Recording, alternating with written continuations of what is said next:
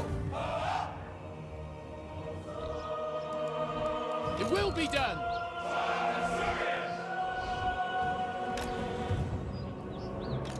Archers! Eagle Claw!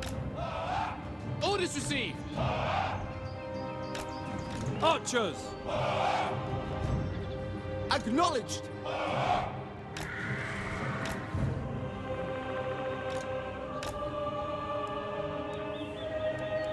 Sunfang lusts for battle!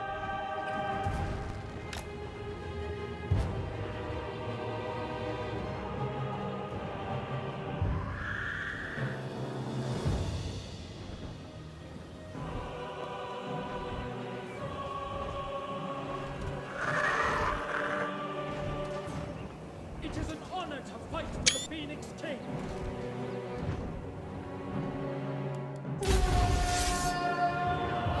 Defender of Ulf-1, heir of Anarion. Your troops will fire at will without orders to the contrary, Commander. Have them conserve their ammunition, if you so wish.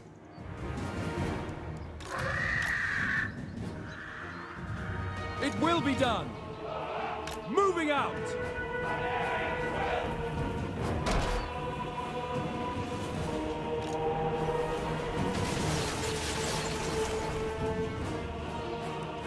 Archers! Understood!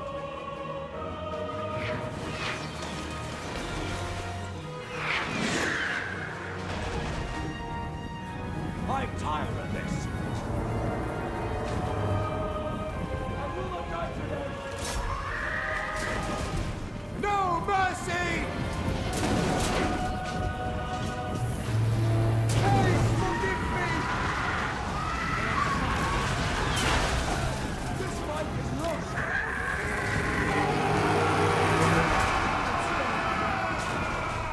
As you say. As you say! This is madness!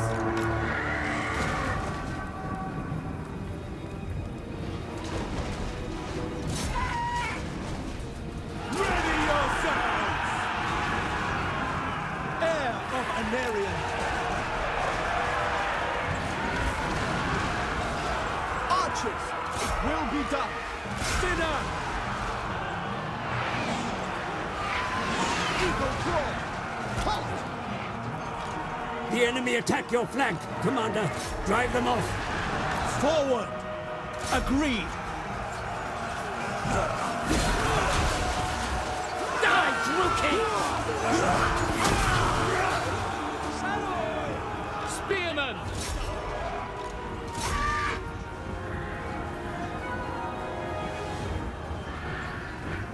Loyal! Acknowledged! For duty!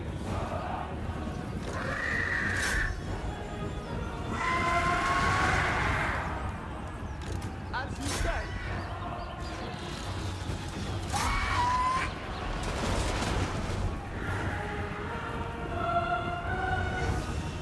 Spearman! It shall be done.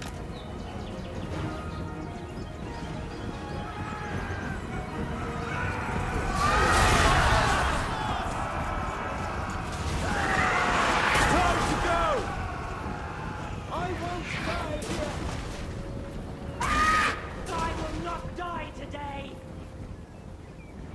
Cain, forgive me!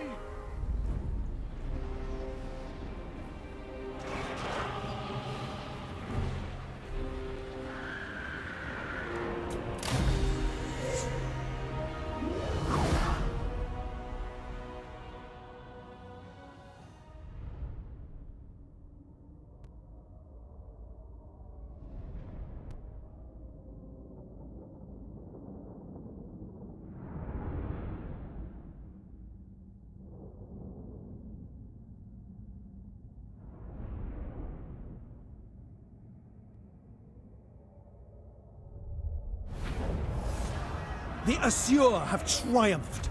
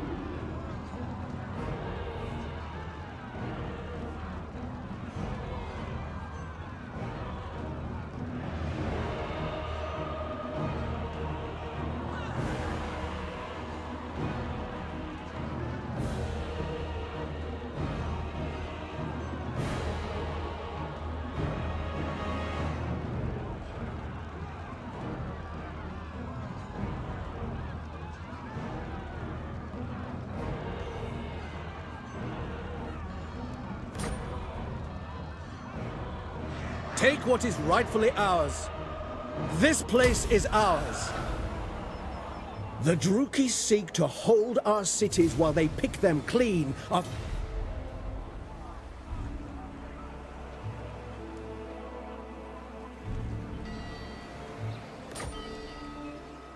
Servant of the king.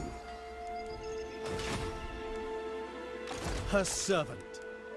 Your army has marched all it can, my lord. They must rest.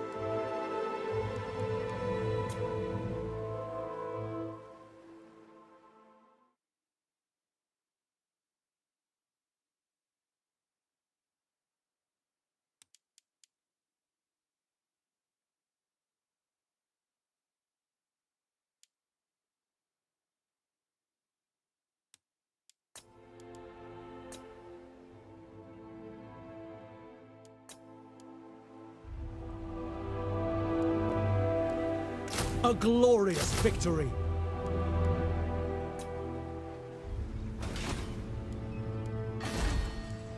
The Asa are ageless.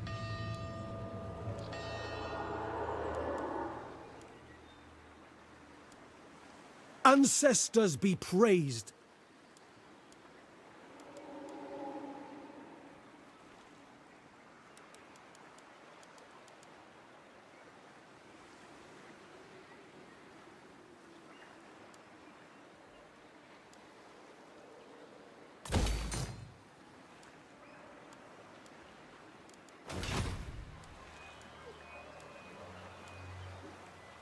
For my queen, ever loyal.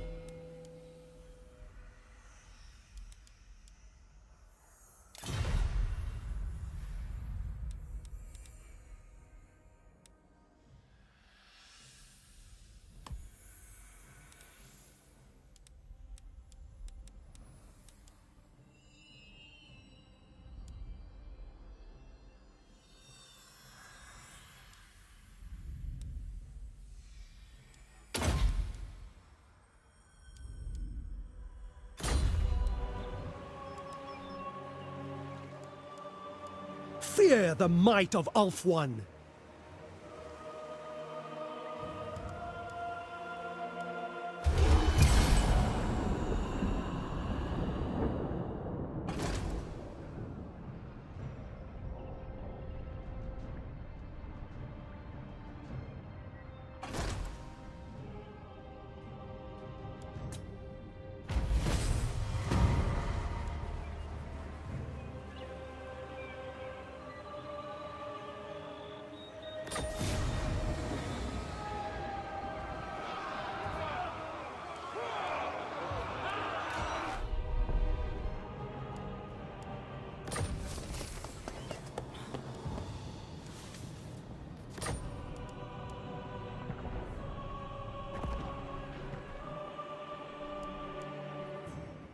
Champion of the Ever Queen. Kill them! You need not grow weary of battle, my lord. You do not need to oversee every skirmish in person. There are many gods of war on this world, and they will take an interest whether you do so or not. I lust for battle! Pull back.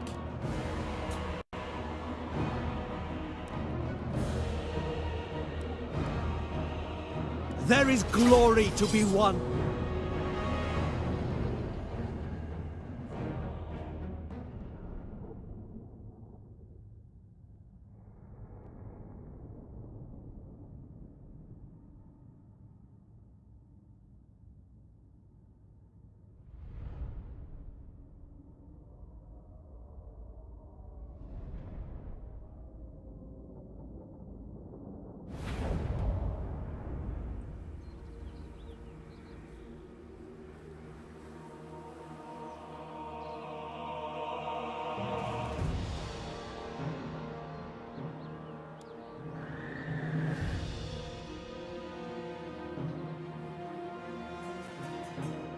Eagle Claw!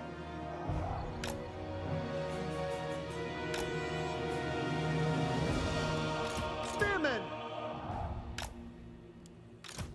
Archers!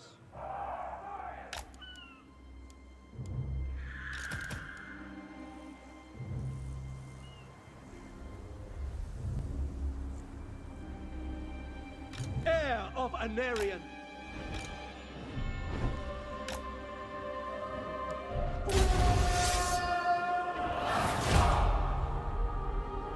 The terrain conceals the enemy's movements, Commander. We...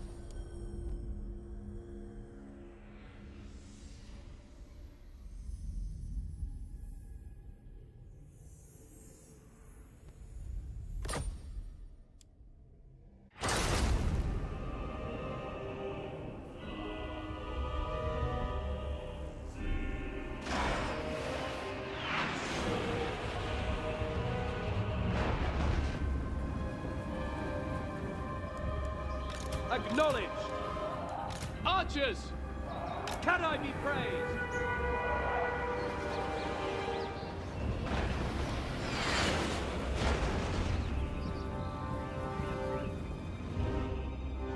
I weary of fighting inferior foes.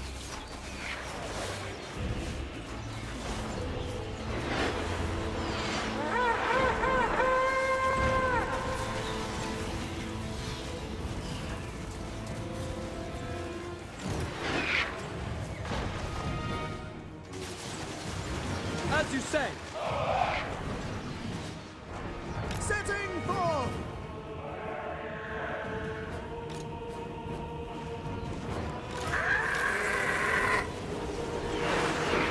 Spearmen!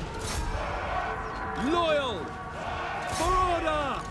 To battle! Warrior! As you say, serve the king! Apace! It will be done! As you say. Archers!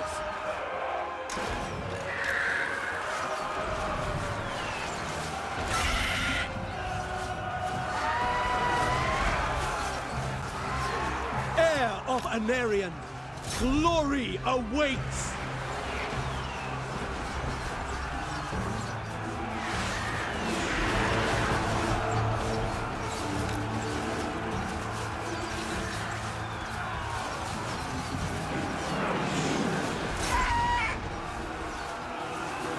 The Reaper! Advance! To victory! Attack!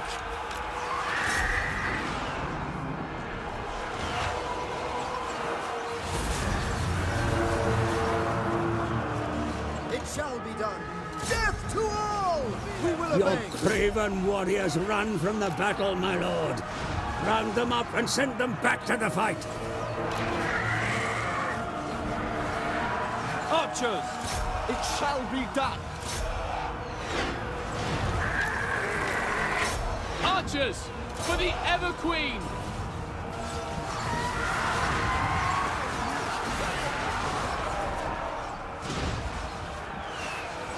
Heir of Anarian. By Assyrian. Your warriors begin to rally, sire. Steady their nerves, and they will be able to rejoin the fight. Spearmen! For Ulthuan! We advance! Servant of light!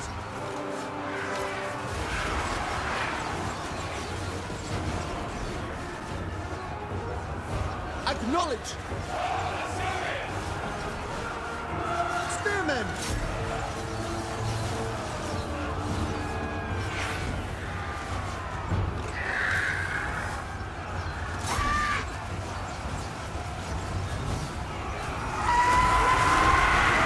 For Ulthuan!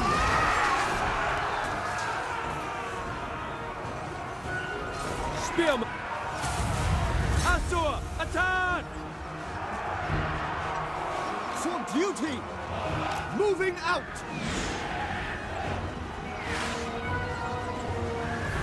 Warrior! We will obey. Spearmen! Archers! For order! For Loffen! Orders received!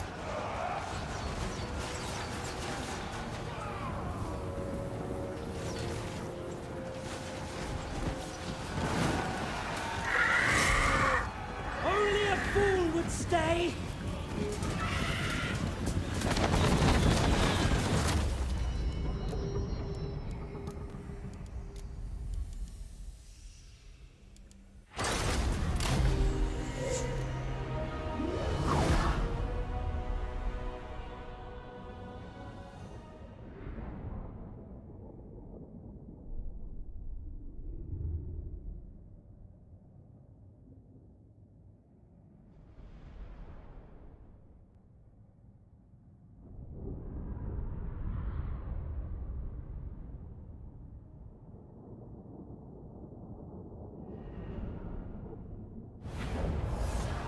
The Assur have triumphed. Kill them all. Release them. Slaves are always useful. They must die. Enslave them. Into position.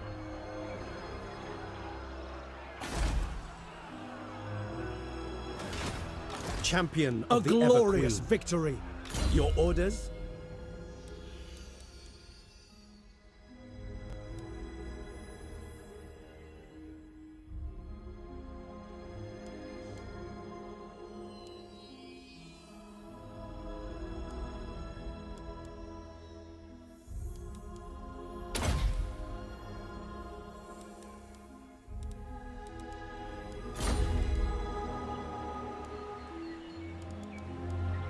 Ancestors be praised, garrisoning. Champion of the Ever Queen.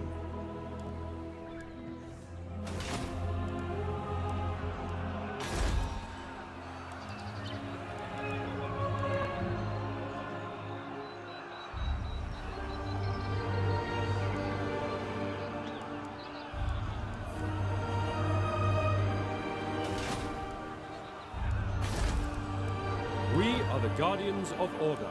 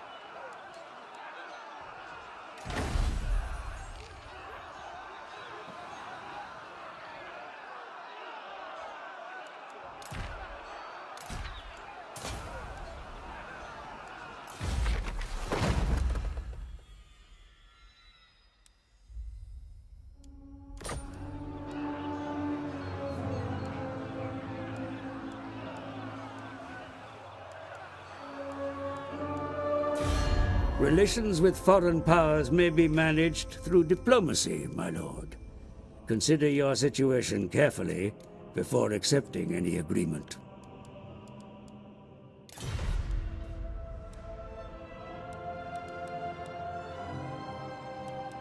No! Have you come to help me avenge my father? If not, Tor Evres expects.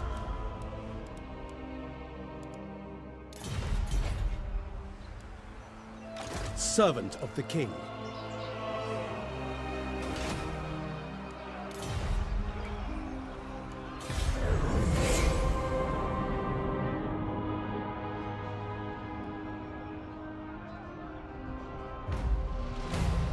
That is a hero serving a foreign power, my lord. Consider recruiting such an operative into your service. One being with the right skills can solve problems that no amount of...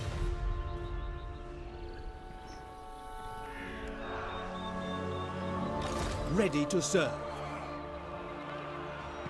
ready for orders.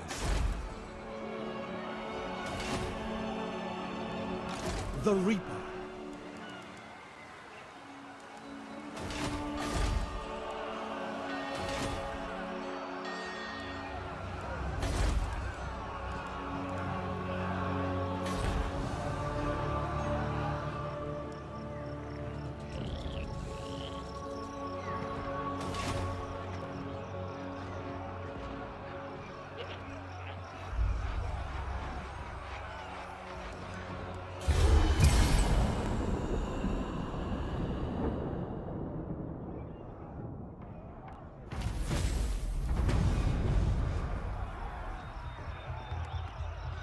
You count amongst your Aesir kin some of the finest minds in all creation. Put them to work on improving your methods of warfare, my lord. For this task, they will need even grander edifices. At your service. My lady disapproves. The wars to come will be fought using guile as well as brawn. Consider expanding your facilities to permit... Withdraw. Fear the might of Ulf-One. Your forces have secured the province, my lord. Any contesting claim to this territory has been eliminated. Now that your rule is unquestioned, you may consider issuing a commandment to rouse the populace so that they may better serve your ends. What orders?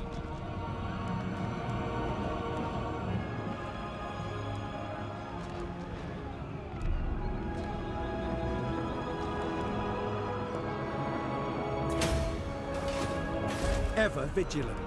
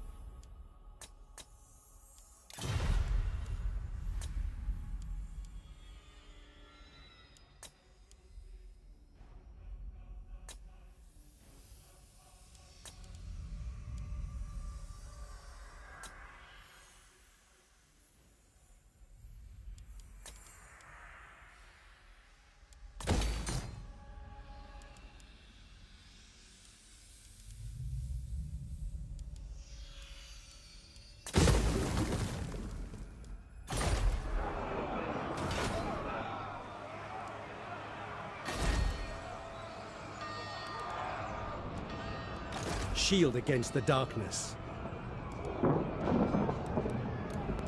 Global recruitment is available to boost your armies far from home, my lord.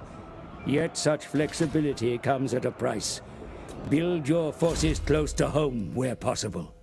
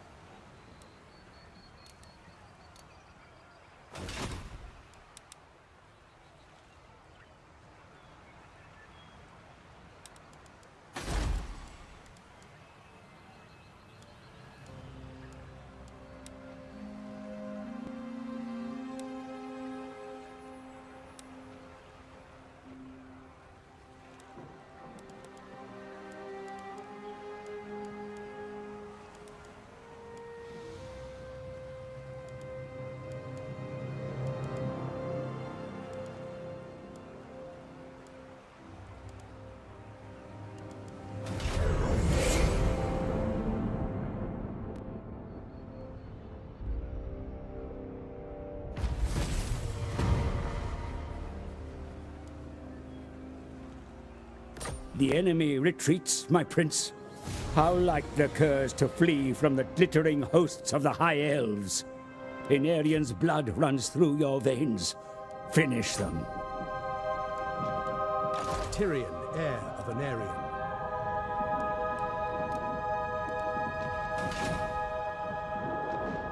Protector of the Everqueen.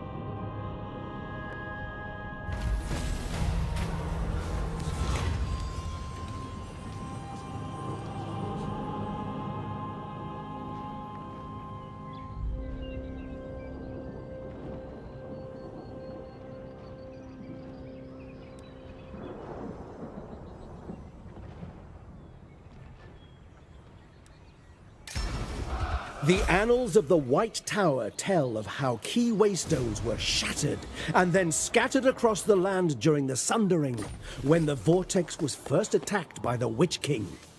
We must seek these way fragments if Lawmaster Talarian is to remedy the Vortex.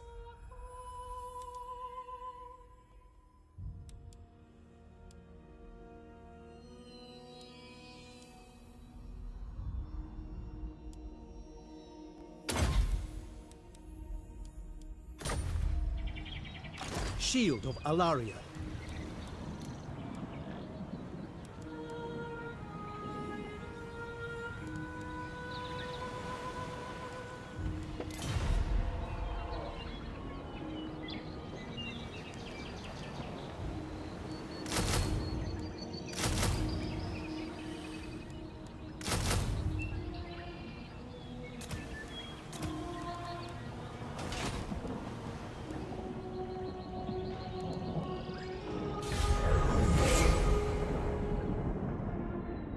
My lord, a rival power desires a change in your mutual relations.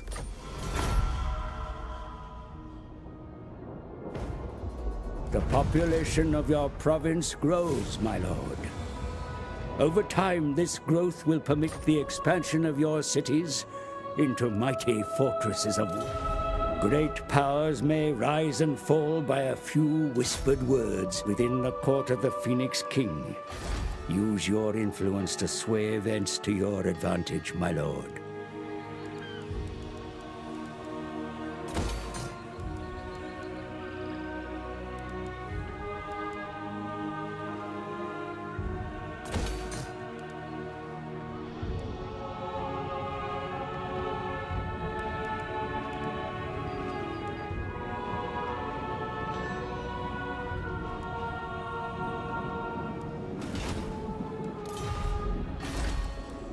We have shaped this world.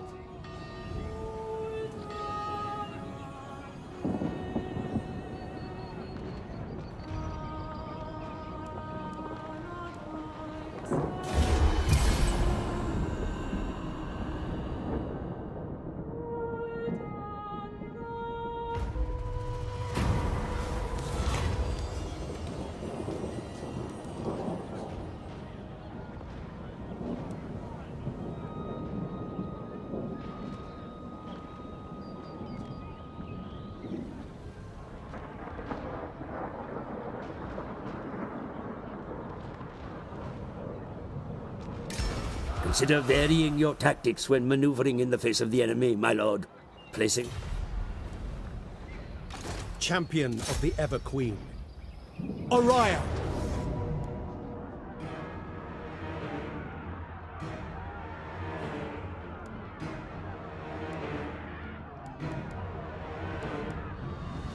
There is glory to be won.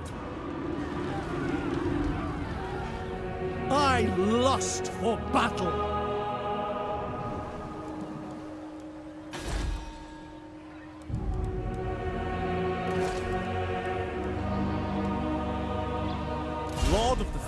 court.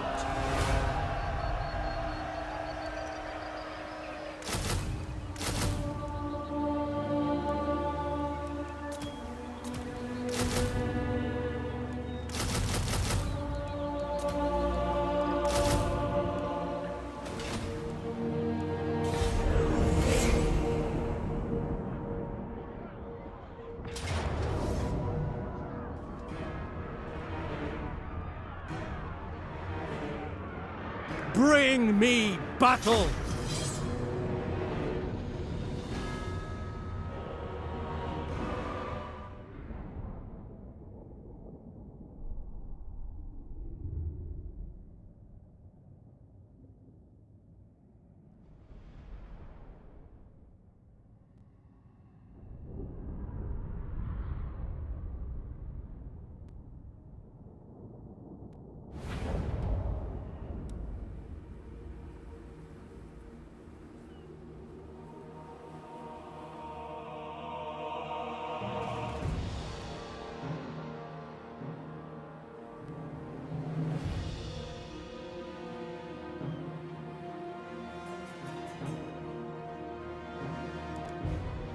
Illyrian Reavers!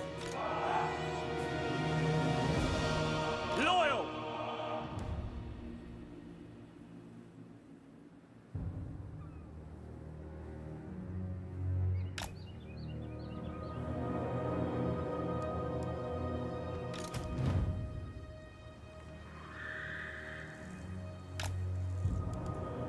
Spearmen!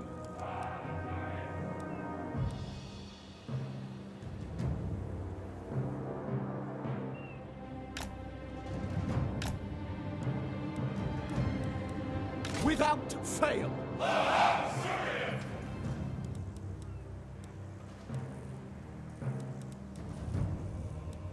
It shall be done! Archers!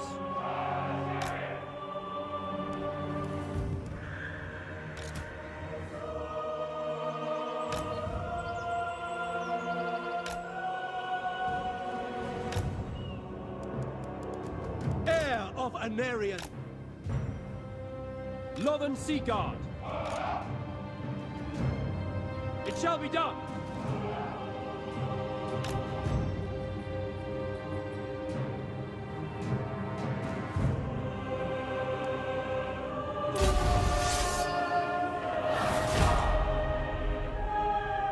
You may use the hills, valleys, and stranger formations of this place to your advantage, Commander.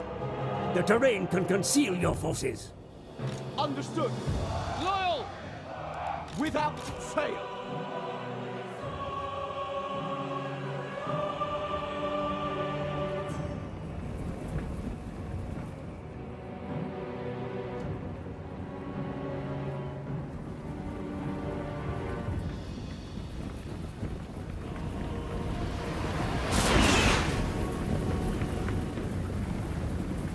Tremble before your true masters!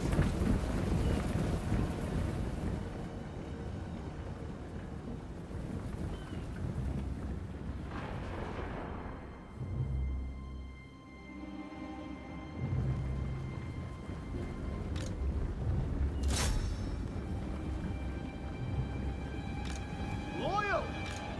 The high ground is yours, Commander.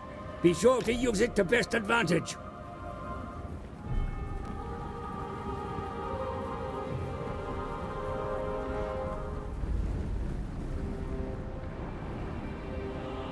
Illyrian Reavers! For the king!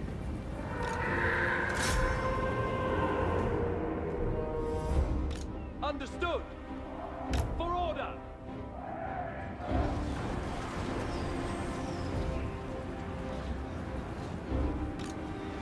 Dinner! Weapons ready!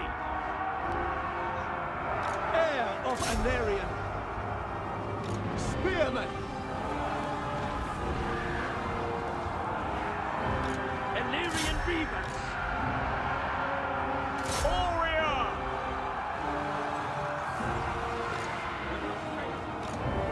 For au revoir!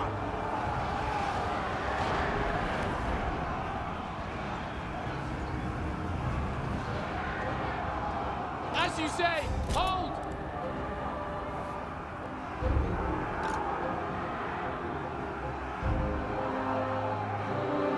Illyrian Reavers! Assa forward! For Assyrian!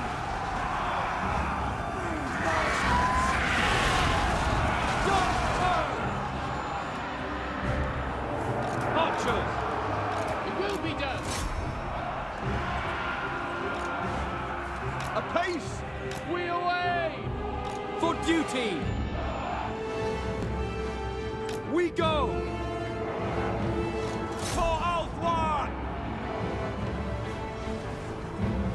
Death to all! For duty! Onward! Illyrian Reavers! Forward! Assyrian guides us. We away! Archers! For Althwan! Understood. By Alariel! By Alariel! Assur, move! Illyrian Reavers! Without Assa attack! Spearmen! To the fray! As you say. It will be done! We advance!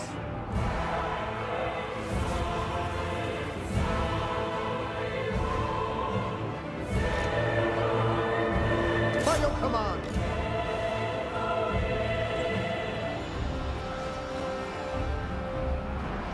Spearmen! Kill them!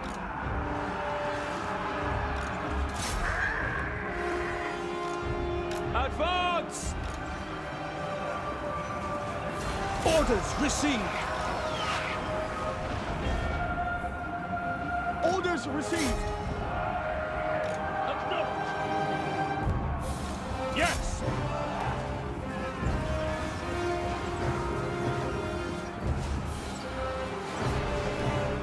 As you say, kill them! Forward!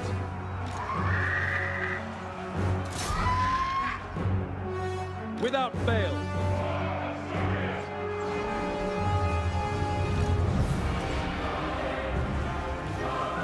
Eagle claw! We will obey!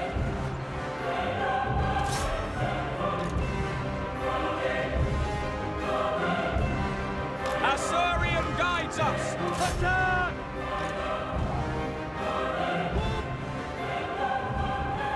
Servant of light! Attack! Archers!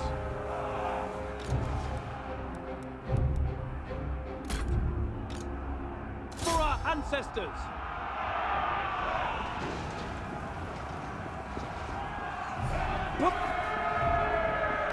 Without fail! Assa advance!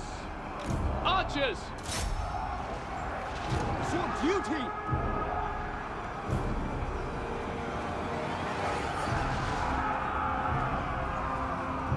Orders received! Kill them! Assa, withdraw! Beware enemy fire! March! For duty! Archers!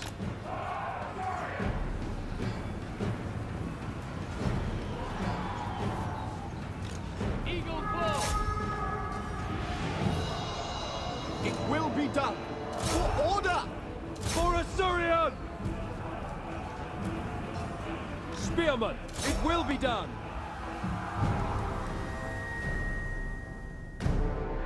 Illyrian Reavers! Sinai!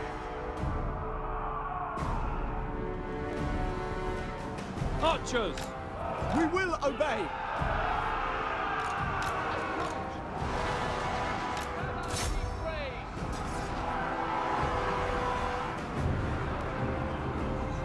We will obey! Acknowledged!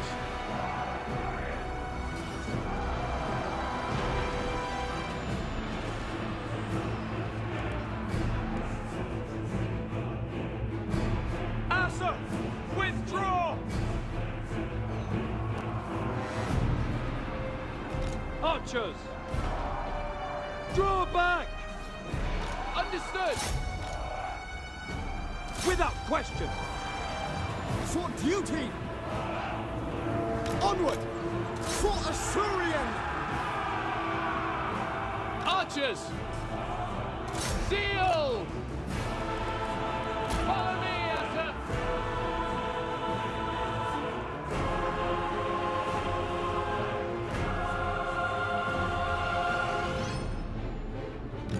Lovan Seagull, can I be praised? Acknowledged! Steel! Archers! Ancestors! Black Eye! Loyal! Ancestors!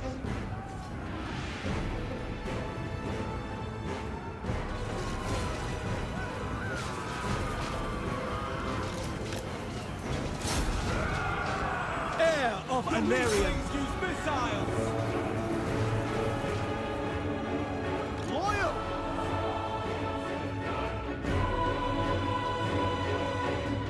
Lovan Seagull!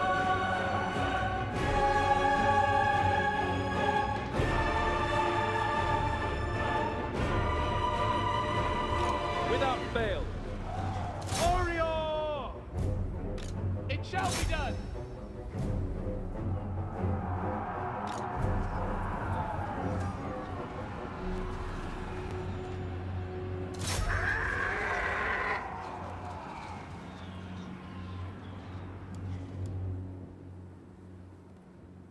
As you say!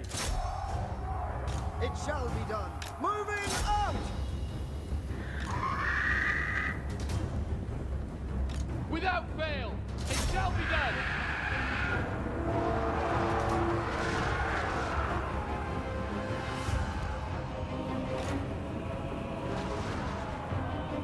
Heir of Anarian! For duty!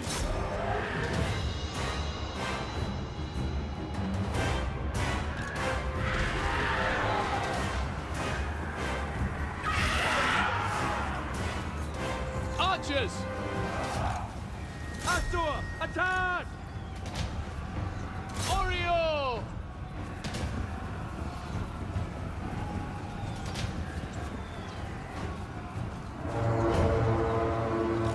Spearmen!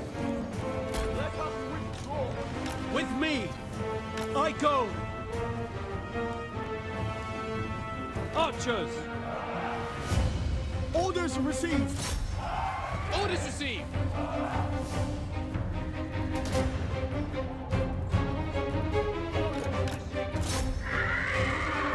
Your general flees the field, my lord. A shameful display.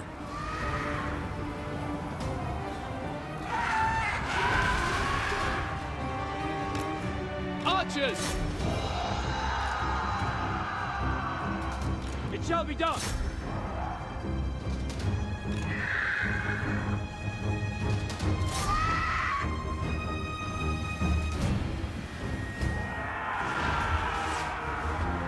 Acknowledged! To battle! It will be done!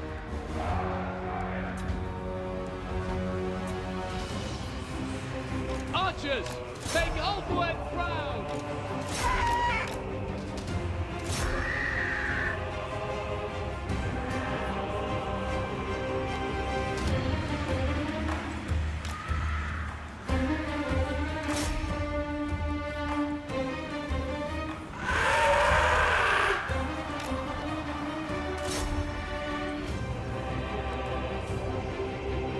Understood!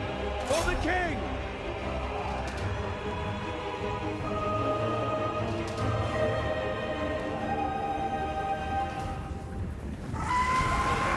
This is madness! King! For order! For duty! Setting forth! Lakoy! Draw back!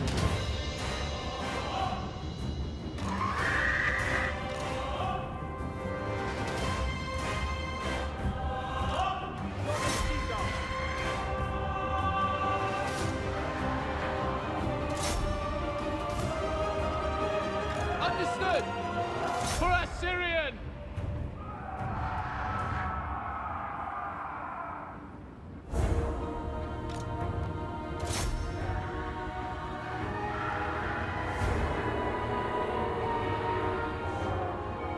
Northern Sea Guard! Archers!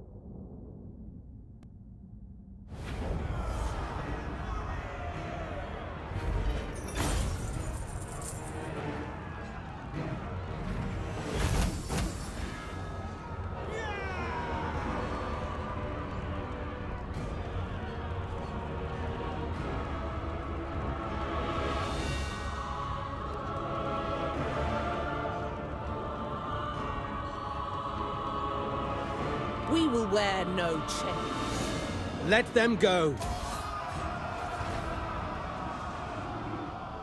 I lust for battle. Ulf 1.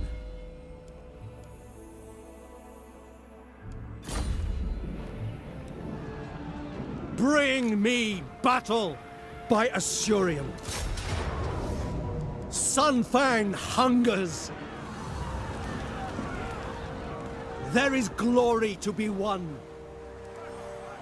I serve the king.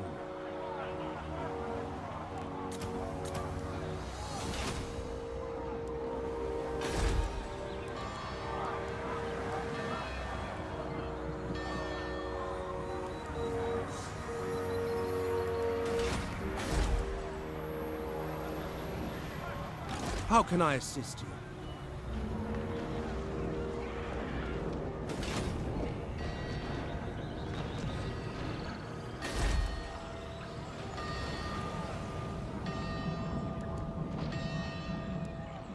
Orion.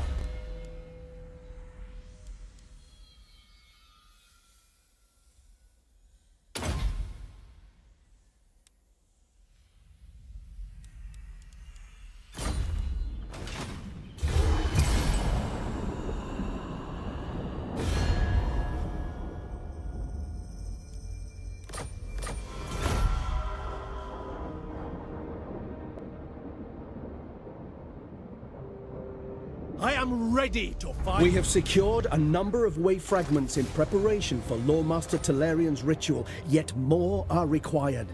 We must act in all haste. It is clear that Malekith's minions are gathering scrolls of law for their own fell rights. Time is of the essence. I lust for battle.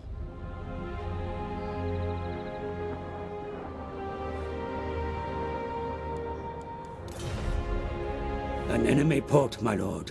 From here, they ply trade across the water with allies on... Your armies can take to the seas, should you wish it, sire. Have them build boats upon the shore, or set sail from a nearby port.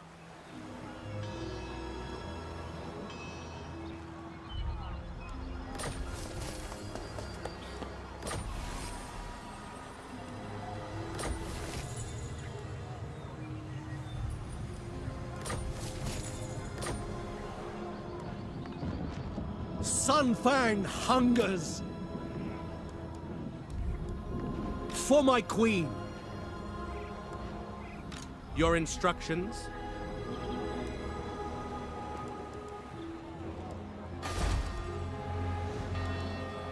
There is glory to be won.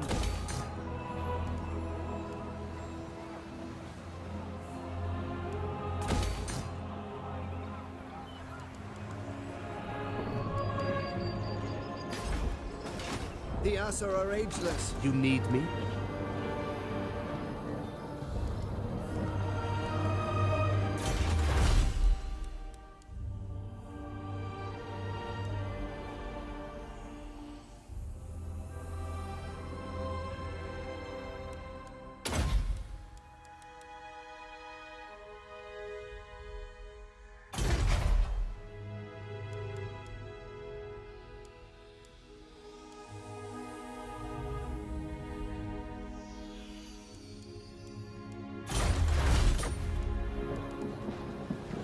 I do not fear the Druki.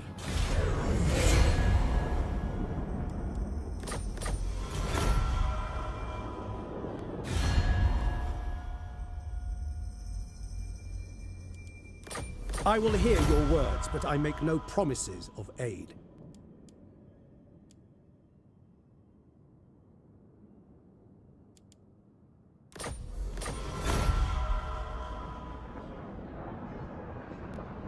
Bring me! Use your armies to exert control over the theater of war. Place your warriors in passes to control their use, and study the enemy positions to find the best avenues of attack. To victory! Alario, I am ready to fight!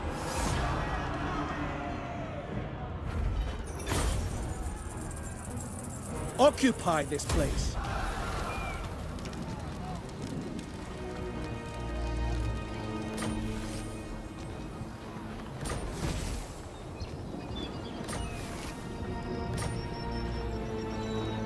Servant of the king. Can I offer assistance?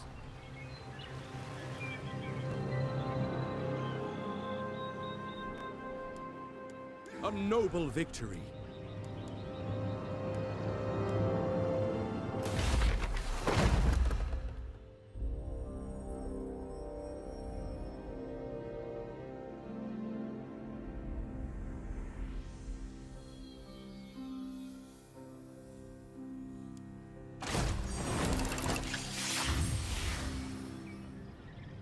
Glory to the king!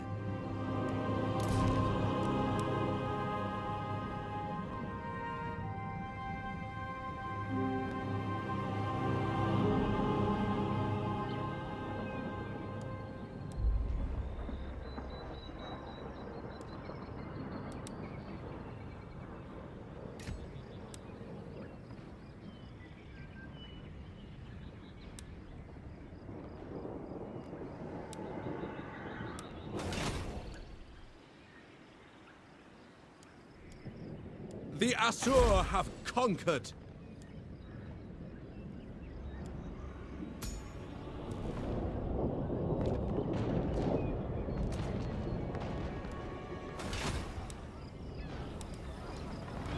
What orders?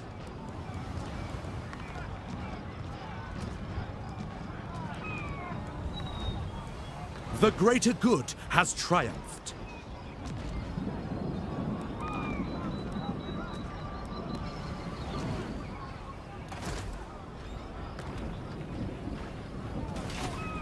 Shield against the darkness.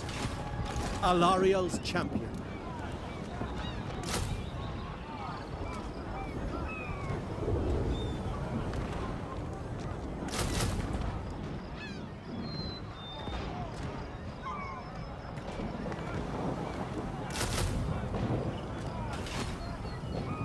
Asur Prince. Not by my hand.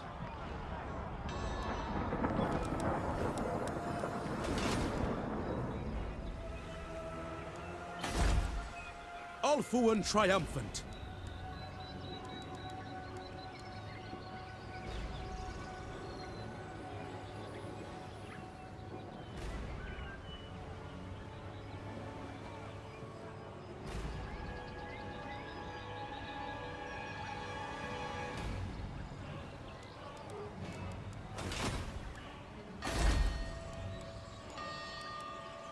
Glory to the king.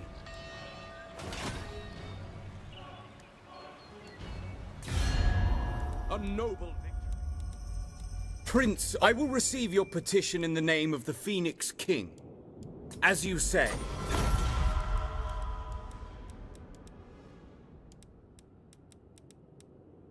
Defender of the Phoenix Throne, what requests would you make of the Phoenix King?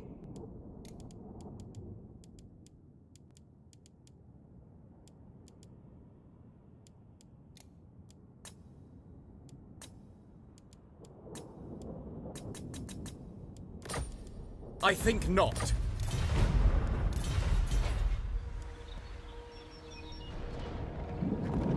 You address the Asur of Ulthuan.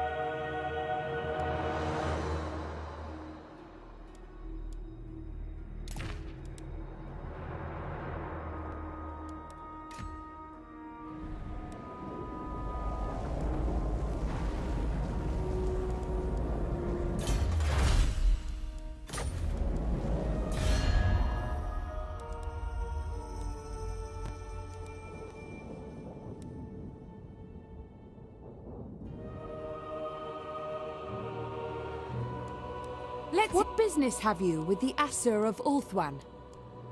How wise!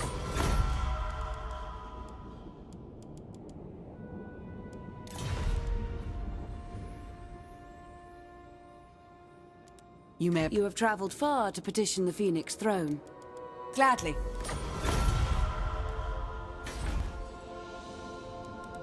Speak. I bid you welcome, traveler. What would you wish to discuss, if you wish?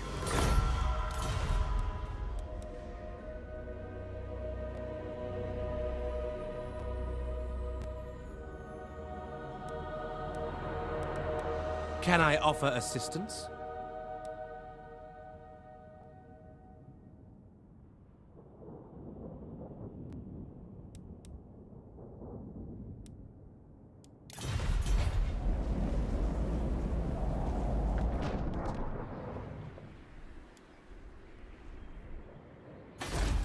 Welcome.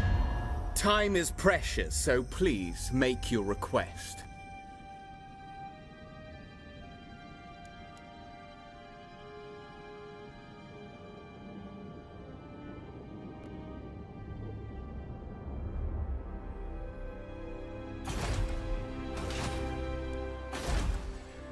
We are the Guardians of Order.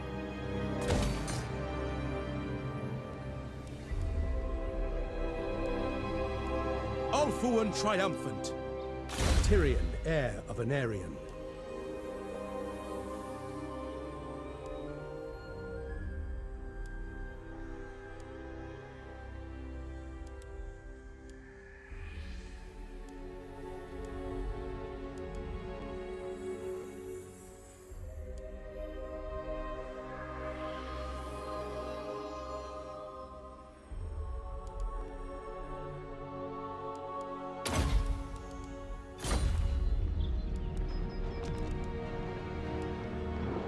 Glory to the king!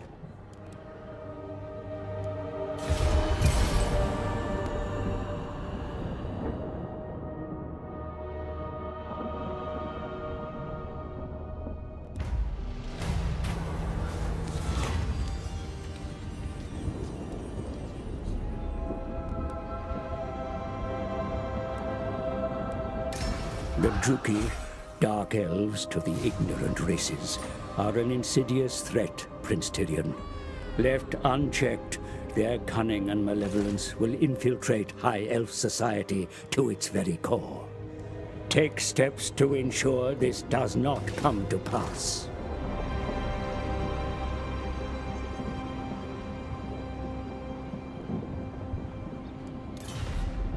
The princes of Calador have had much success in finding wave fragments around their volcano. Yet they refuse to contribute to the effort of stabilizing the vortex. Making war amongst your own kind is unpalatable. But an occupation of the city may be necessary to secure the wave fragments uncovered there.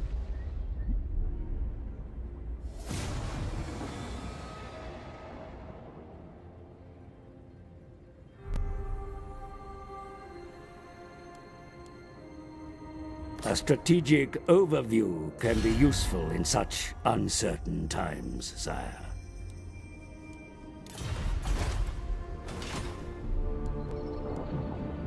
Protector of the Everqueen.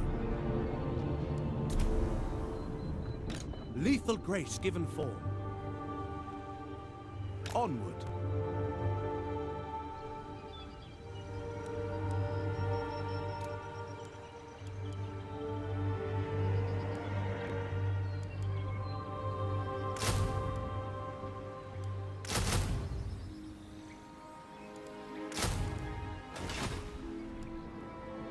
Gladly. Ever loyal.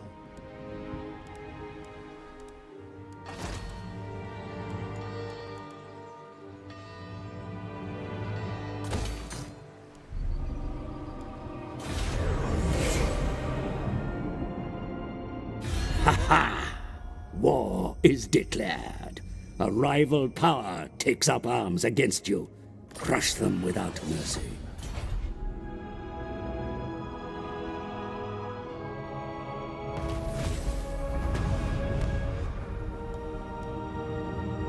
Facilities are now in place to recruit a hero, my lord. Such operatives may move behind enemy lines and strike independently of your armies.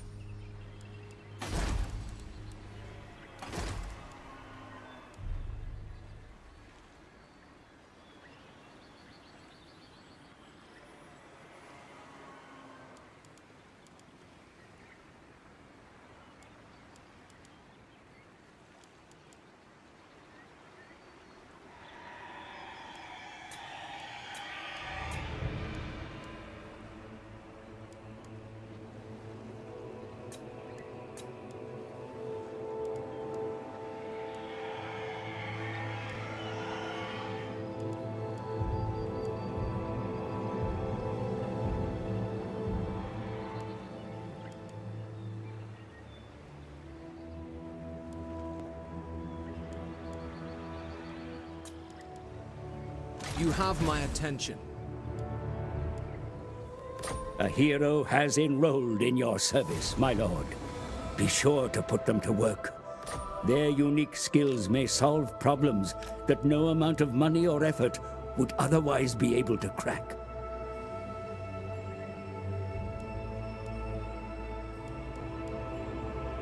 I await your command. I will share my experience. I serve the king. Journey. Starting out. I will receive your petition in the name of the Phoenix King.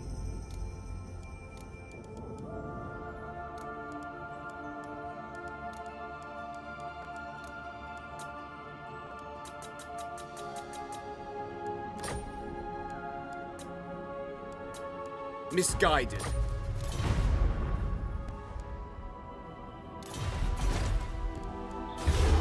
I am Tyrion, champion of the Everqueen.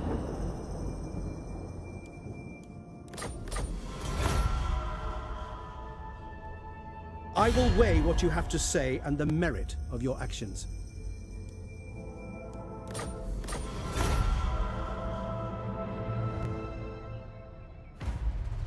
Troops may be exchanged between armies in the field if necessary. Have your forces rendezvous in order to transfer warriors between them. Then let the wars continue.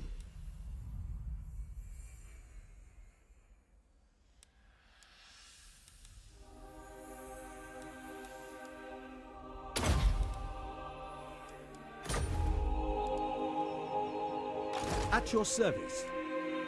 I shall go.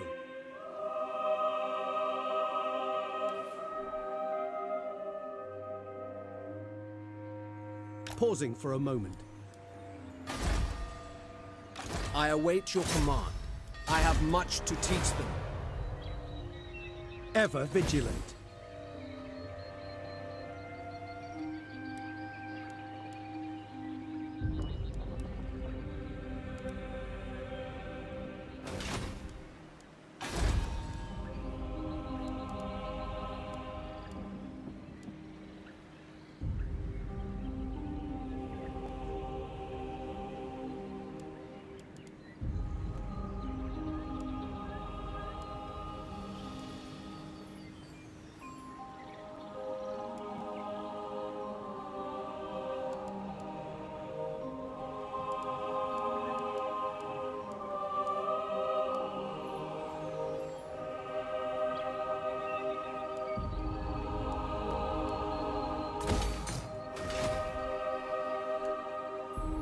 champion of the Ever Queen. Prince.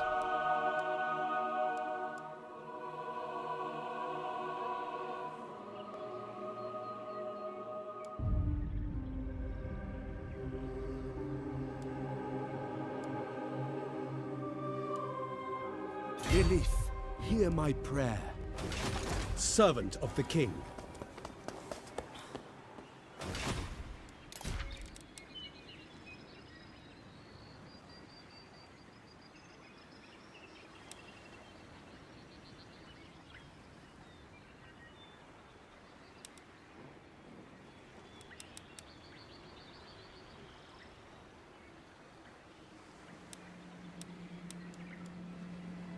Ever loyal.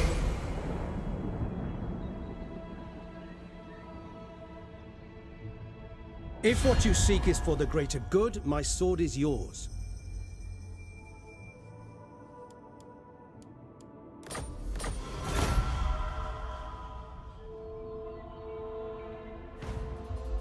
A vigil on expenditure must be maintained for your domain to prosper.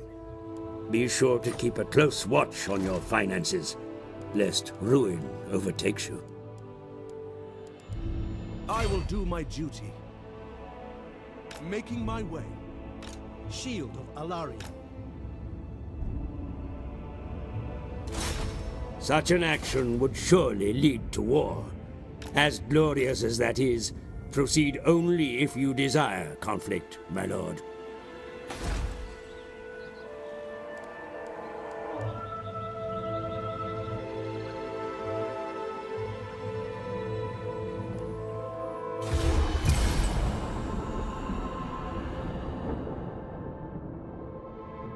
If what you seek is for the greater good, my sword is yours.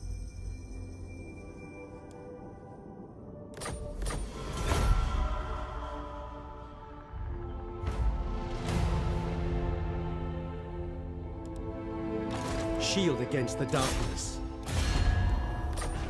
No mercy! At your service. Honor calls.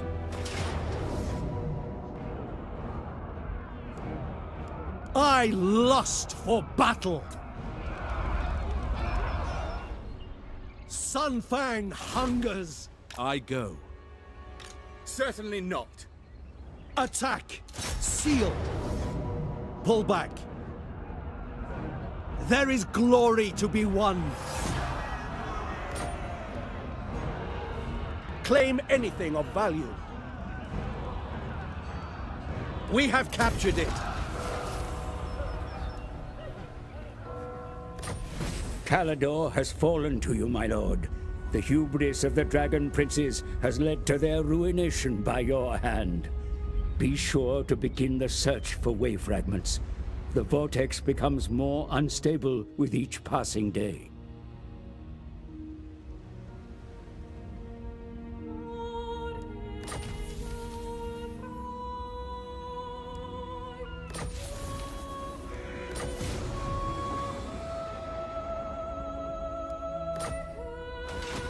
Lord of the Phoenix Court.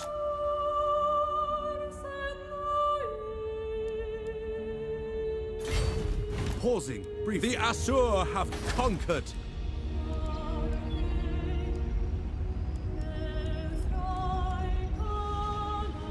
The greater good has triumphed.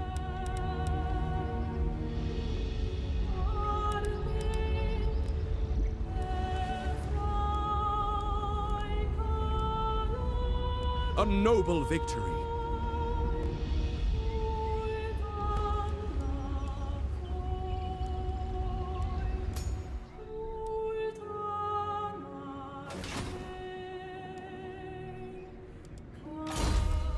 Ulfuan triumphant.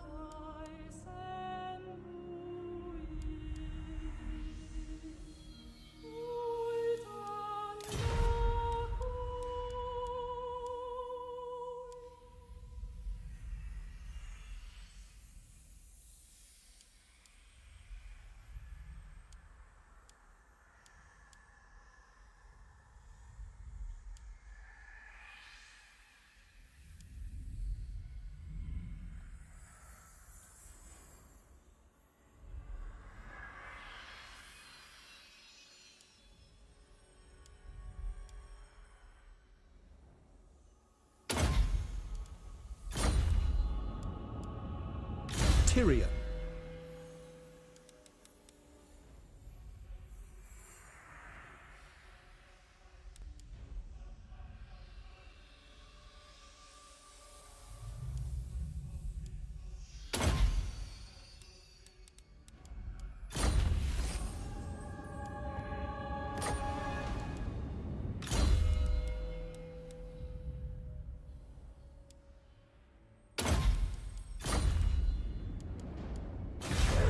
I am the heir of Anarium, and I bid you welcome.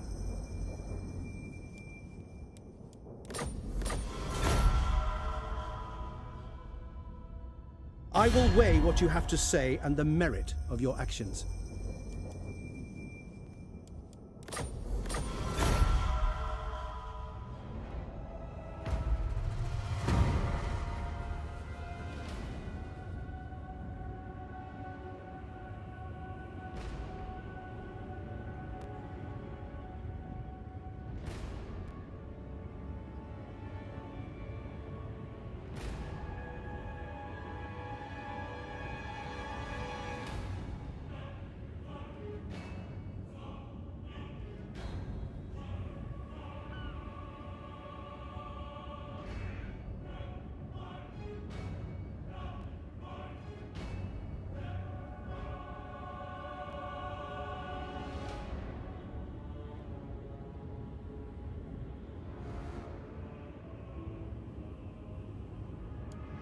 Tyrion, heir of Anarion.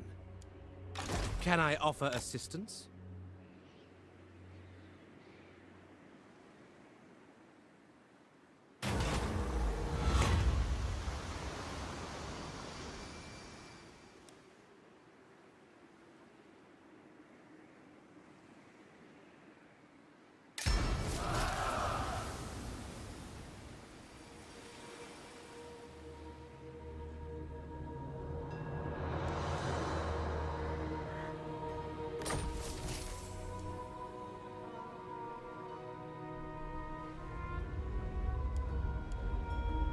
Sailing away.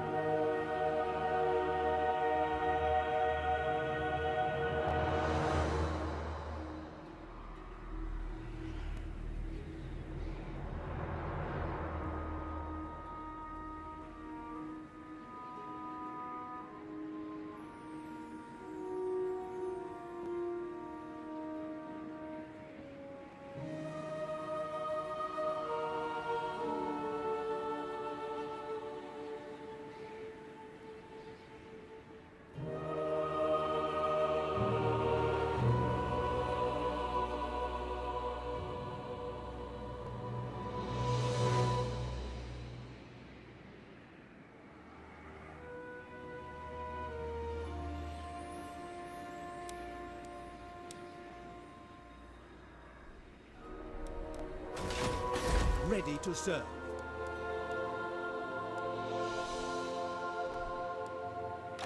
Lord of Ulthuan.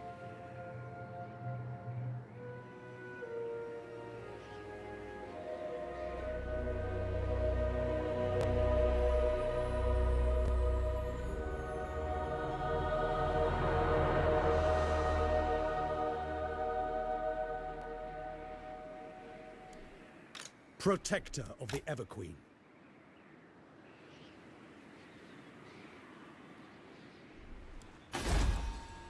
It shall bless you.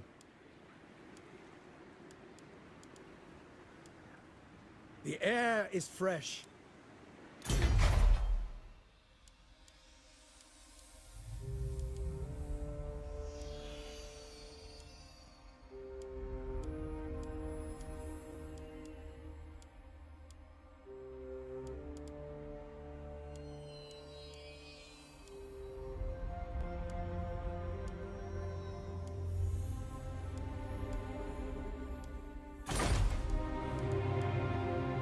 An excellent view.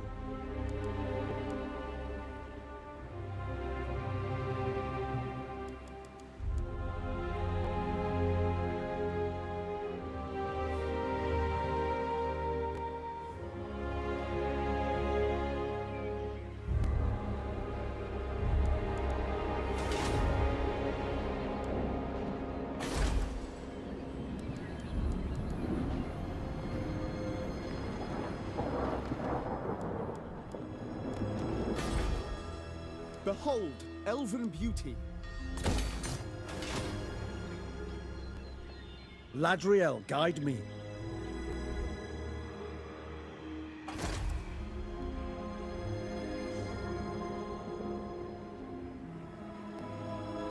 Do you offer anything more than just your vessel of a body for my crew?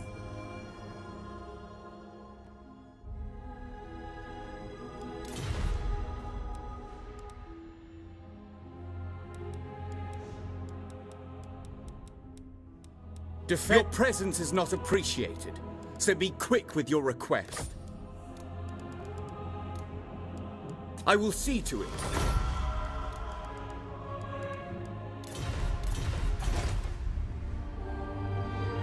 Champion of the Ever Queen.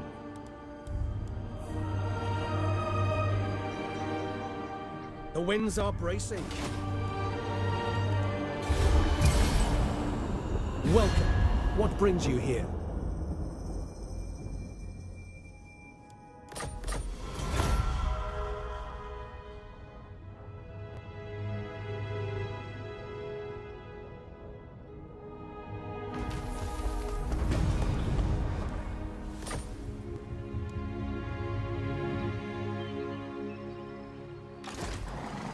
Alariel guides me. Ulfuan Prince. Ridiculous. Journeying on. Servant of the king. No.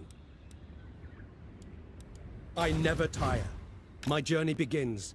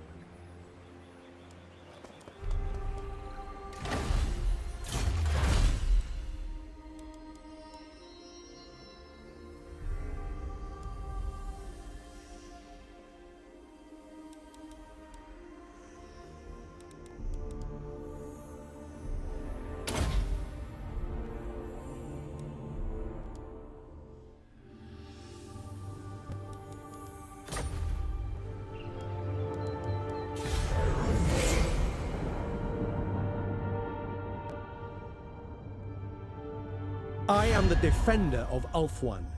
Choose your words carefully.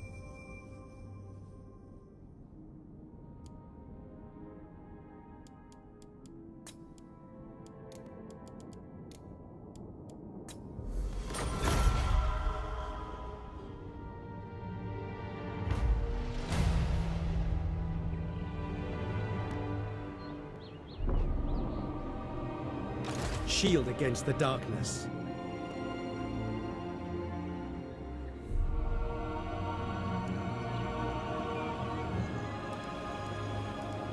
I live to serve my queen. Kill them! For honor! I simply cannot.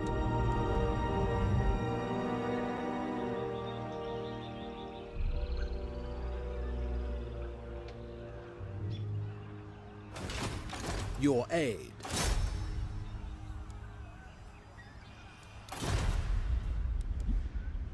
I will not.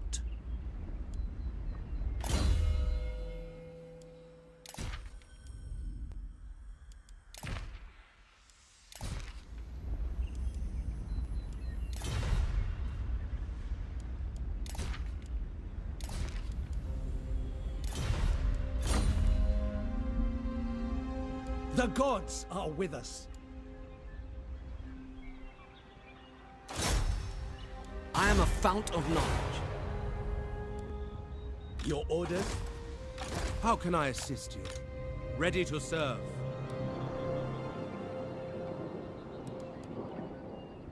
Assyrian smiles upon me.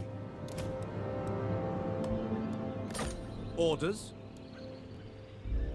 Ulfuan's defender.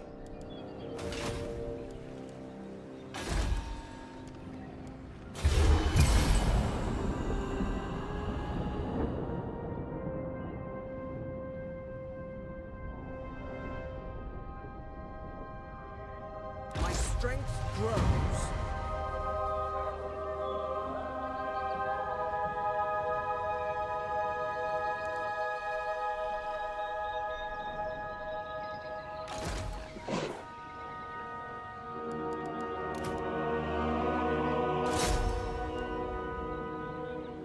Their life is forfeit.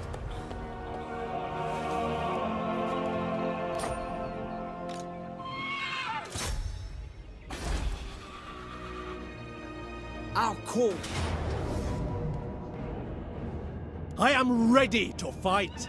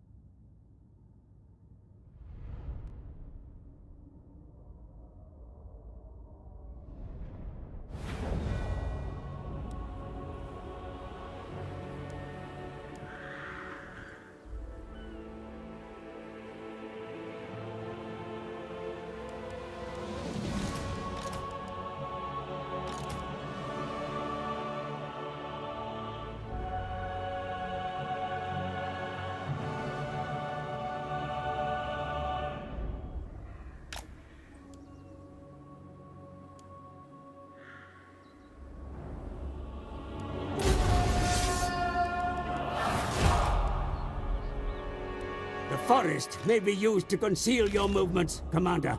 Close with the enemy under cover of the trees to retain the element of surprise.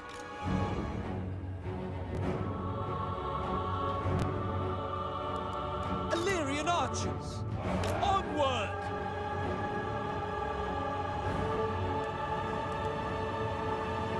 Yes! Move! Illyrian archers!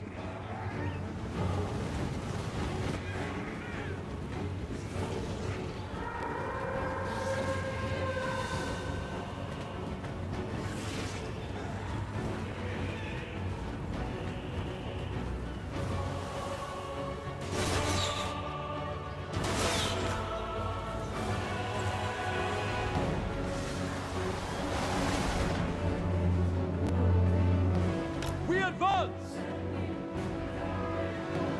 Apace! Archers! Group your units for best effect, Commander. Formations may be useful when maneuvering before the enemy.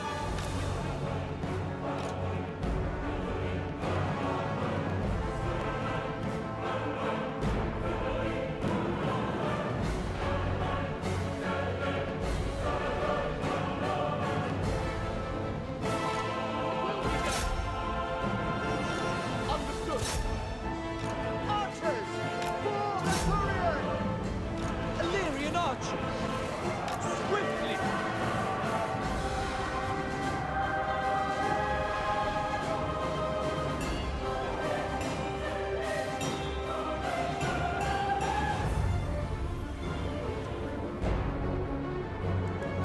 It shall be done! Loyal! Asher, forward! Without fail! We away! For order!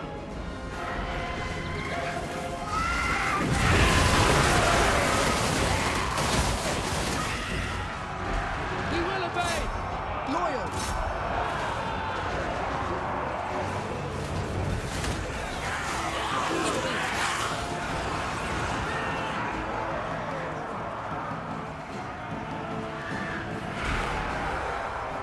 Illyrian archers! Understood! Death to all!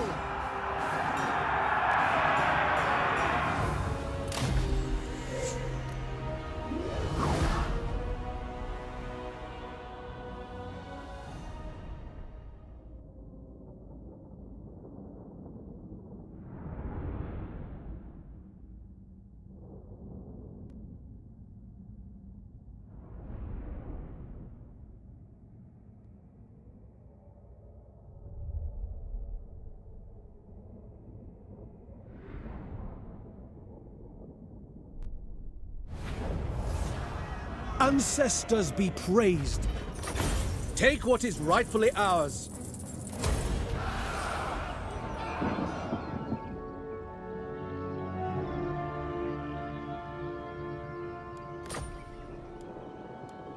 Prince of Ulthuan.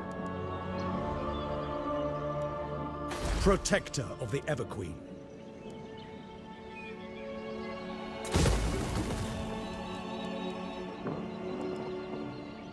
Our cause is noble. Unlikely.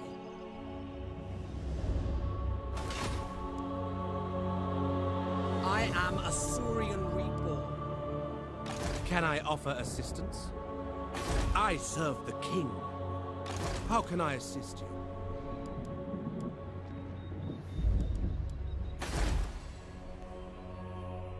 The gods stand with me.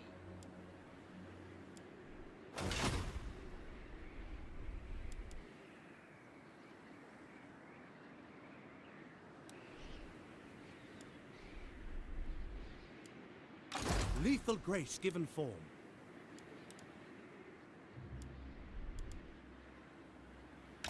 Lord of the Phoenix Court.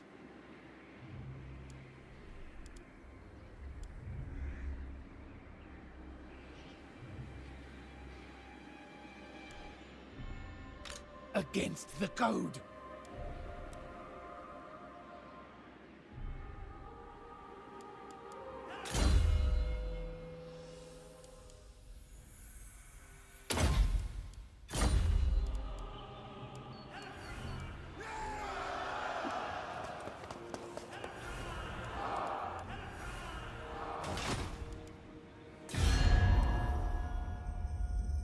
Flotilla of the damned!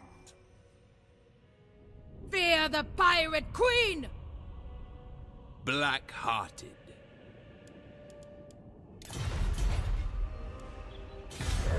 Greetings.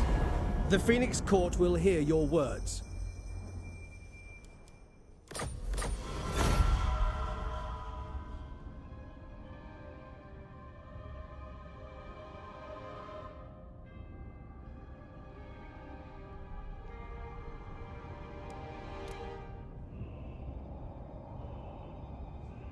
My strength grows.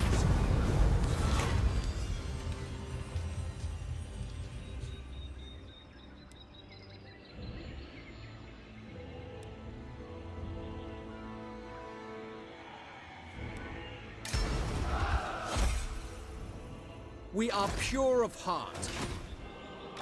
Noble son of Ulthuan. Servant of the king. Noble son of Ulthuan. I have much to teach them. Can I offer assistance? Protector of the Everqueen. How can I assist you? I go.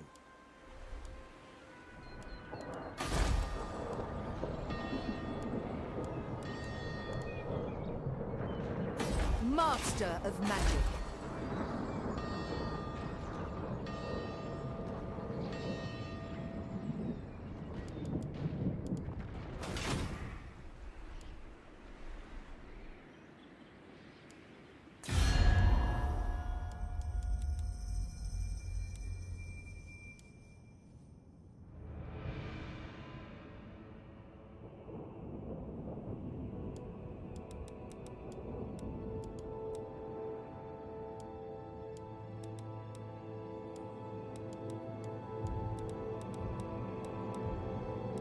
Defend your word shall reach the Phoenix throne. Choose unwise. At your service. Your wit and wisdom will be a welcome distraction. Of course. Alariel the Radiant. What matters do you wish to lay before the Everqueen? I will use my gifts.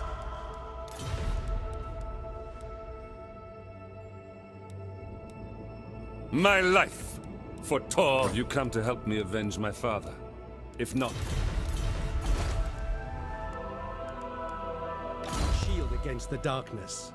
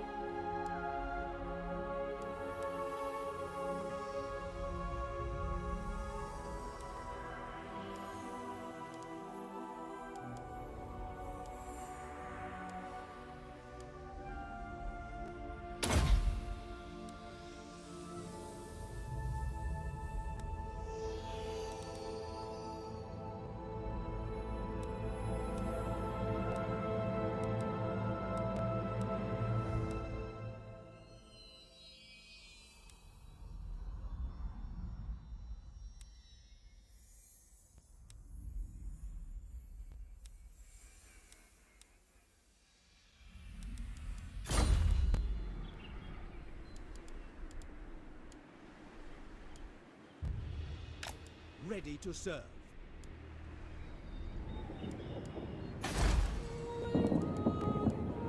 My ancestors would be proud.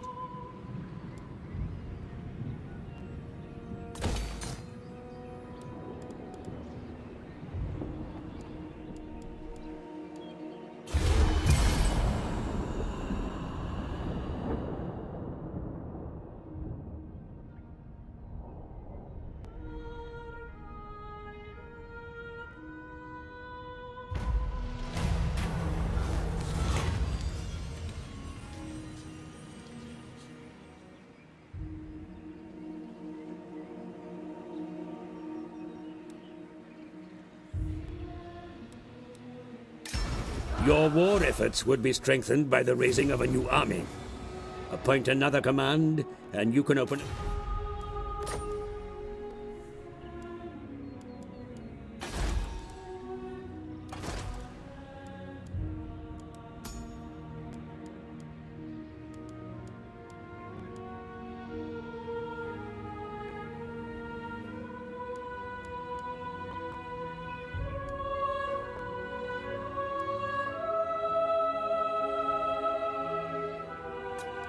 I serve the Phoenix King. Garrisoning.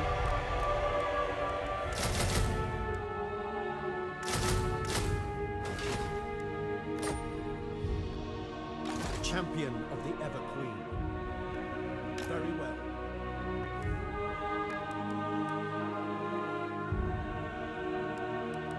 We shall not rest.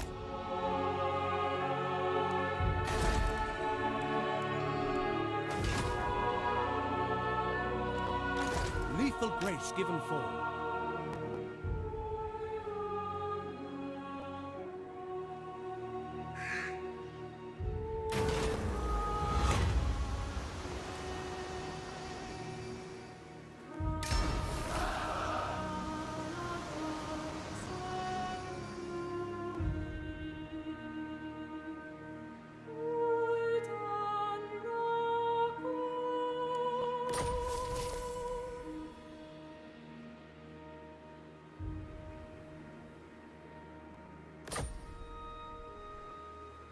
Sailing on.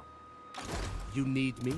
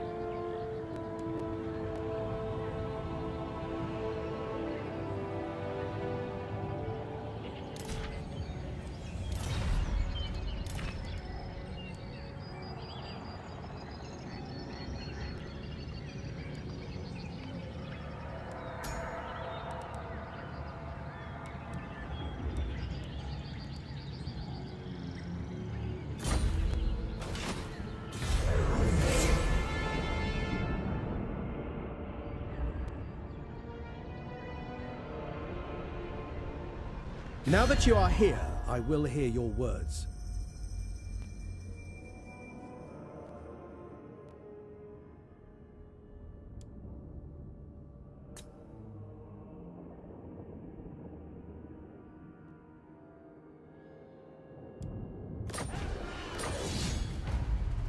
The sword of Cain has been unleashed into the world. However, another has secured it for themselves. Its power cannot be trusted to them. Should you get the opportunity, strip the Widowmaker from their grasp. Greenskins. A barbarous race of savage killers. They think of nothing except violence. Keep your weapons close at hand in any dealings with them.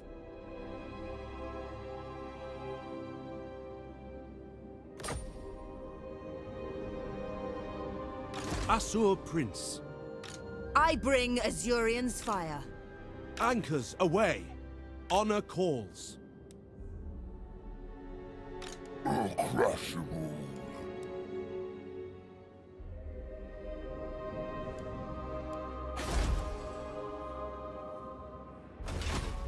Her servant.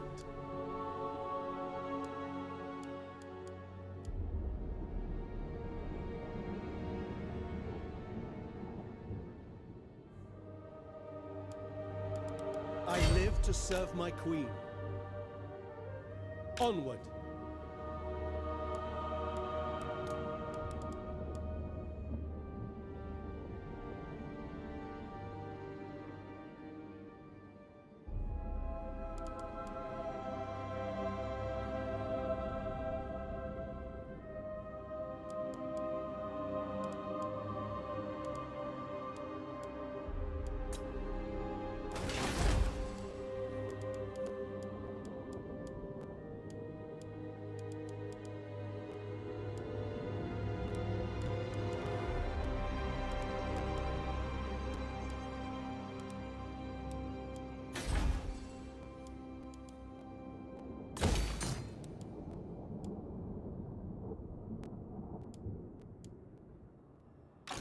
This is my land.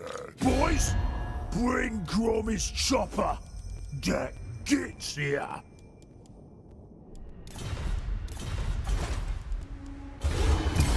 Now that you are here, I will hear your words.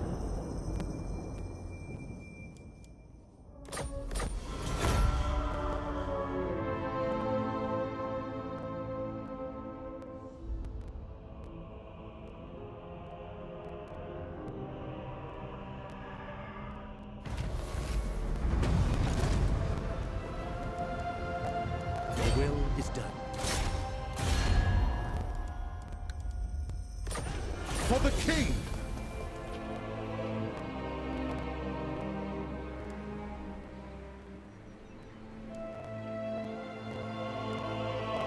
Ever vigilant.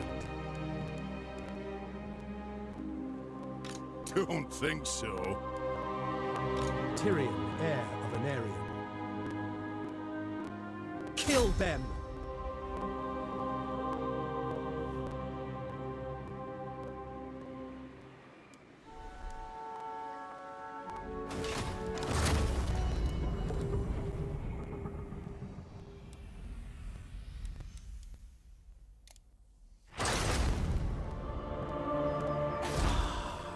Adventure awaits.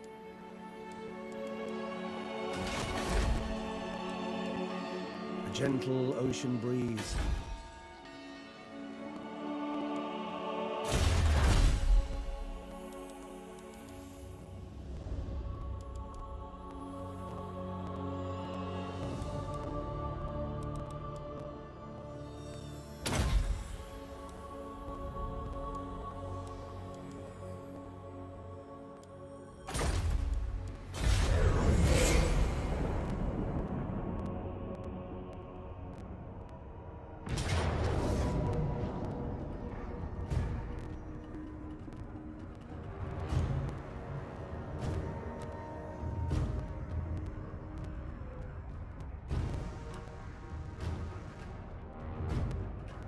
Fall back! Welcome. What brings you here?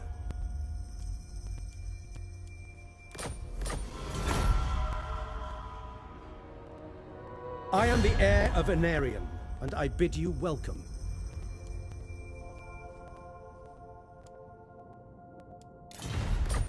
I lust for battle!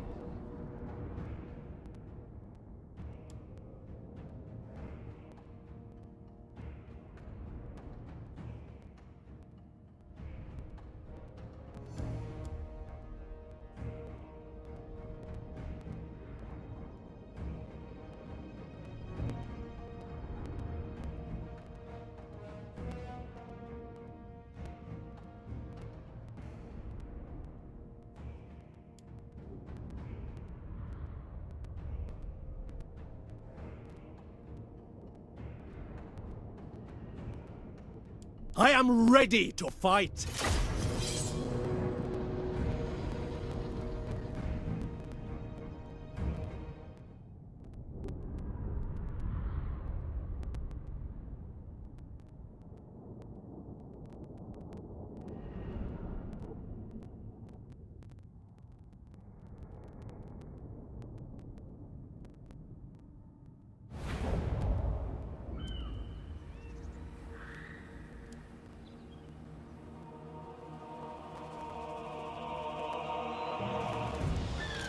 Illyrian reavers!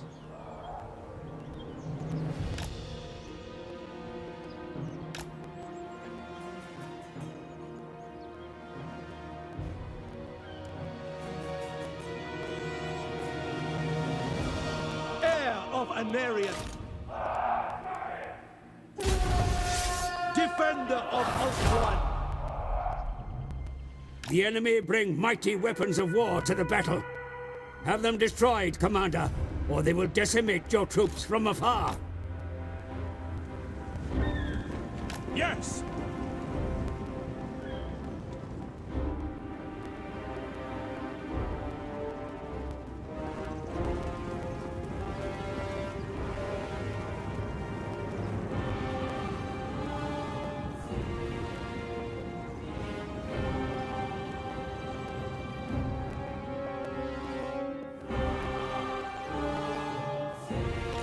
Sunfire lusts for battle, tireless!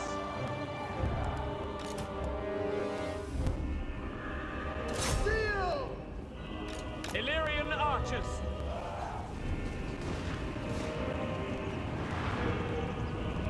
Sir, advance! Without fail!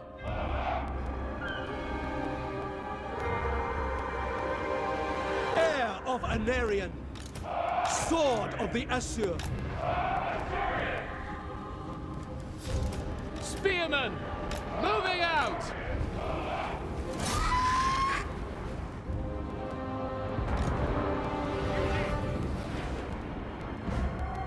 Acknowledged! For the Everqueen!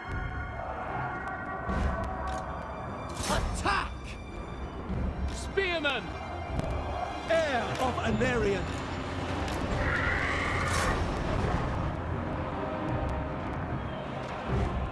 Eagle Claw! For order! Draw back! We advance! For Assyrian! We go! Spearman! Asur! Attack! Orders to see! For Assyrian! We will obey! Without fail! Quickly now!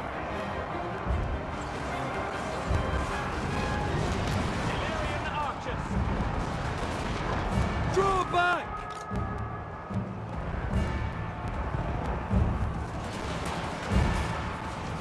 Pull back! Northern Sea Guard!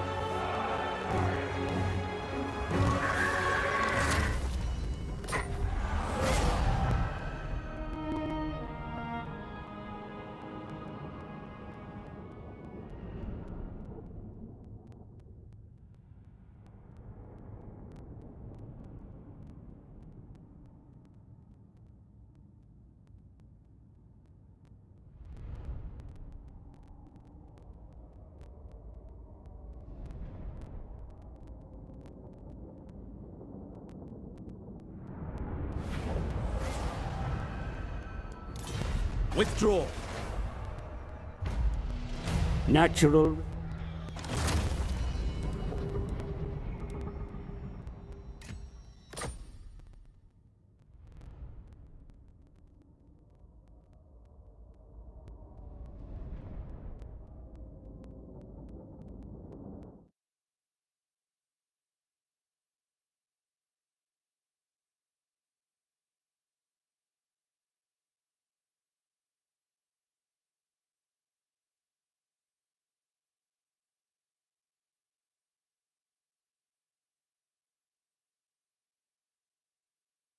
There's always some type of bug in the house. You can't keep them out no matter what. Ants. Spiders. Roaches. Bugs are always finding new ways to get into your home. So stop using traditional insecticides to get rid of them. Get Zevo. Deadly for bugs, safe to use around people and pets when used as directed. I used to use traditional regular insecticide. Zevo is really different from anything I've ever used in the past. I didn't know how effective it was going to be until I used it. Wow, was I surprised. How can something something so bad for bugs be safe to use around people and pets? Zevo is bioselective. Retreat! It targets and shuts down biological pathways found in insects, not in people or pets. That's what makes Zevo so deadly for bugs, plus safe to use around people and pets. When you Hey everybody, it's Party Elite with the Beginner's Guide to Total War Warhammer. Champion. The Total War games have been, for as long as my memory serves, a camouflaged rock, paper, scissors game when it comes to battles. While that might sound simple and even dumbed down, it actually gets to be quite complex when you get into the nitty-gritty. While rock, paper, scissors implies hard counters, this isn't necessarily the case because of other factors that come into play. Flanking, morale, rank, etc. For this video, let's ignore unit types that are unique to the Warhammer universe, giants, trolls, and other monsters and beasts. They don't quite fall into this rock, paper, scissors world, and I'll give them a closer look in a later video. We will, however, start with another outlier, sword and axe infantry. They don't fit a rock, paper, scissors role, but act more as a sort of glue to hold everything else together. They come in many formats, heavy, light, sword, axe, etc. They are, as a whole, average against other unit types. They have no specific strengths when it comes to battle, and having an infantry-heavy army keeps you balanced, but it can result in issues if you keep getting charged at by cavalry, or while being pelted by arrows. The sword and axe infantry are great for holding enemy units in place for a nice flanking maneuver as well. Now consider the spearmen. They've got a greater reach with their weapons, and if you've seen, say, Braveheart or any war movie that reenacts spearmen versus cavalry, you'll know exactly how this tends to go down. Spearmen destroy cavalry, especially if charged into head-on. However, since they're typically lightly armored, they are easily put down by archers. So if you find yourself facing a bunch of spearmen, pepper them with arrows, hold them with infantry, and flank them with cavalry. Job well done. Onwards to cavalry. As we discussed literally moments earlier, they are weak against spears and should never be used to charge spears head-on. Don't do it. The strength of cavalry lies in their charges, and especially when targeting ranged units, archers, crossbowmen, and the like. With a superior speed, cavalry can disperse and chase down these lightly armored, fast-on-their-feet units and wreck their day. This also works to disperse artillery unit operators, effectively destroying artillery pieces. Use cavalry to keep enemy ranged units busy running around. Cavalry charges are especially powerful when they come in from the flanks, and this is the one case where you can use cavalry against spearmen. It's risky, but the reward can be worth the loss of lives. Flanking spearmen can cause them to break. When morale is low, so is the quality of fighting. And when morale is really low, there is no fighting. Understood! And finally, ranged units. Artillery are obviously morale damaging and great against anything they can hit. But as we learned earlier, archers and the like are best against light Be sure to use units the maps like available to assist your tactical planning, Commander. Well before they arrive at their front lines, but they need to be very wary of enemy cavalry. You can force them to engage in melee, which may be a worthwhile sacrifice, especially if they're out of ammunition, but that's basically a death sentence. Sometimes, though, it can help you set up a flanking maneuver for the greater good of your empire. As I mentioned, this rock, paper, scissors model is just a foundation, and there are plenty of nuances that modify how things actually play out. Outside other mechanics like morale, rank, positioning, etc., there are further details like unit variants. Shock cavalry and regular cavalry should be used differently, for example, but I'll go over all these finer details in a later video. So at the core, while this overarching system sounds simple, it actually gets very in-depth and intricate very fast. Where it's important to keep this hierarchy in mind is in making macro-scale decisions. Much relies on making snap decisions after understanding the situation in the battle at the moment. And that's what being a great general is about. For more tips and tricks, subscribe to this channel, and if there's something you'd like to see covered, let me know in the comments below. Hey everybody, it's Party Elite with the Beginner's Guide to Total War Warhammer. If two of the exact same unit engage, the engagement boils down to a few things.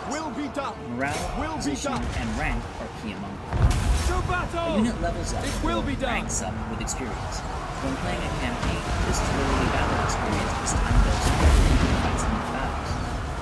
The higher level the unit is, the higher their stats are, and you can see just how different these stats are by looking at the archers. This can actually make a weaker unit strong enough to take out a slightly stronger unit. In this mock battle, I have a 3 times gold rank unit who hit out at the exact same time on the other side, rank 0. The enemy lord even gets involved in the battle to help out with debuffs and by jumping into the fray. Weaker units that can control part of a military campaign can help you turn the tide of a war, or at least a battle. This means, perhaps obviously, that higher rank units can get more done. They're worth more and as such are higher value targets. They also have higher morale and are harder to break. You could probably guess how this battle ended. The enemy were routed, and I didn't have to drop a single buff or debuff. Again, my triple gold rank unit was able to single-handedly take out the same unit at rank 0 as well as elite. Sure, ranking up that high takes time and care, but this clearly shows the return on that investment. When it comes time to some battles, it's a matter of quality of combat, and that's what being a great general is about. For more tips and tricks, subscribe to this channel, and if there's something you'd like to see covered, let me know in the comments below. Hey everybody, it's Party Elite with Beginner's Guide to Total War Warhammer. This video will talk about something a little more meta, so to speak, the camera itself. If you've played much of the game with the default camera, you might have grown accustomed to something that was driving me crazy from minute 1. You can barely zoom out in a battle before you're thrown into the tactical map. Don't get me wrong, I really like the tactical map. It does a great job of giving you an overview of the situation, but I've always felt a little disconnected from the battle in this game. I really prefer using the debug camera. The debug camera lets you zoom out significantly farther than any of the camera types available in the options menu. This actually gives you a much better vantage point when it comes to ordering your troops around, and you can actually plan your maneuvers a lot more smoothly. It really helps you stay organized in larger engagements such as this one, where I might want to take a quick glance, especially when conflict is going on, to see exactly what's going on, where it's happening. If I'm fighting on multiple fronts, I can provide orders, and also, since I can actually control the tilt of the camera, I can see what my opponents are doing as well. Again, it just gives me a better view of what's going on in the field, and I can give orders directly to my troops. Obviously, don't take these orders as real orders, I'm just looking around to show you right now. But that's why I prefer using the debug camera. It just gives you a lot more control and just better vision, better management as a general. Now, it might sound a little bit like cheating, or you're, hacking the game, especially for like multiplayer and whatnot. But to be perfectly honest, a lot of people do this online. It's totally expected behavior. I think people have been doing it since Napoleon Total War, and it's just because it does give you a bit of an advantage without really breaking anything in the game. It's not a hack, so to speak. Line of sight still works like it would regularly. You're still limited by your units' vision cones, etc. So it's not like you're really breaking the rules or anything.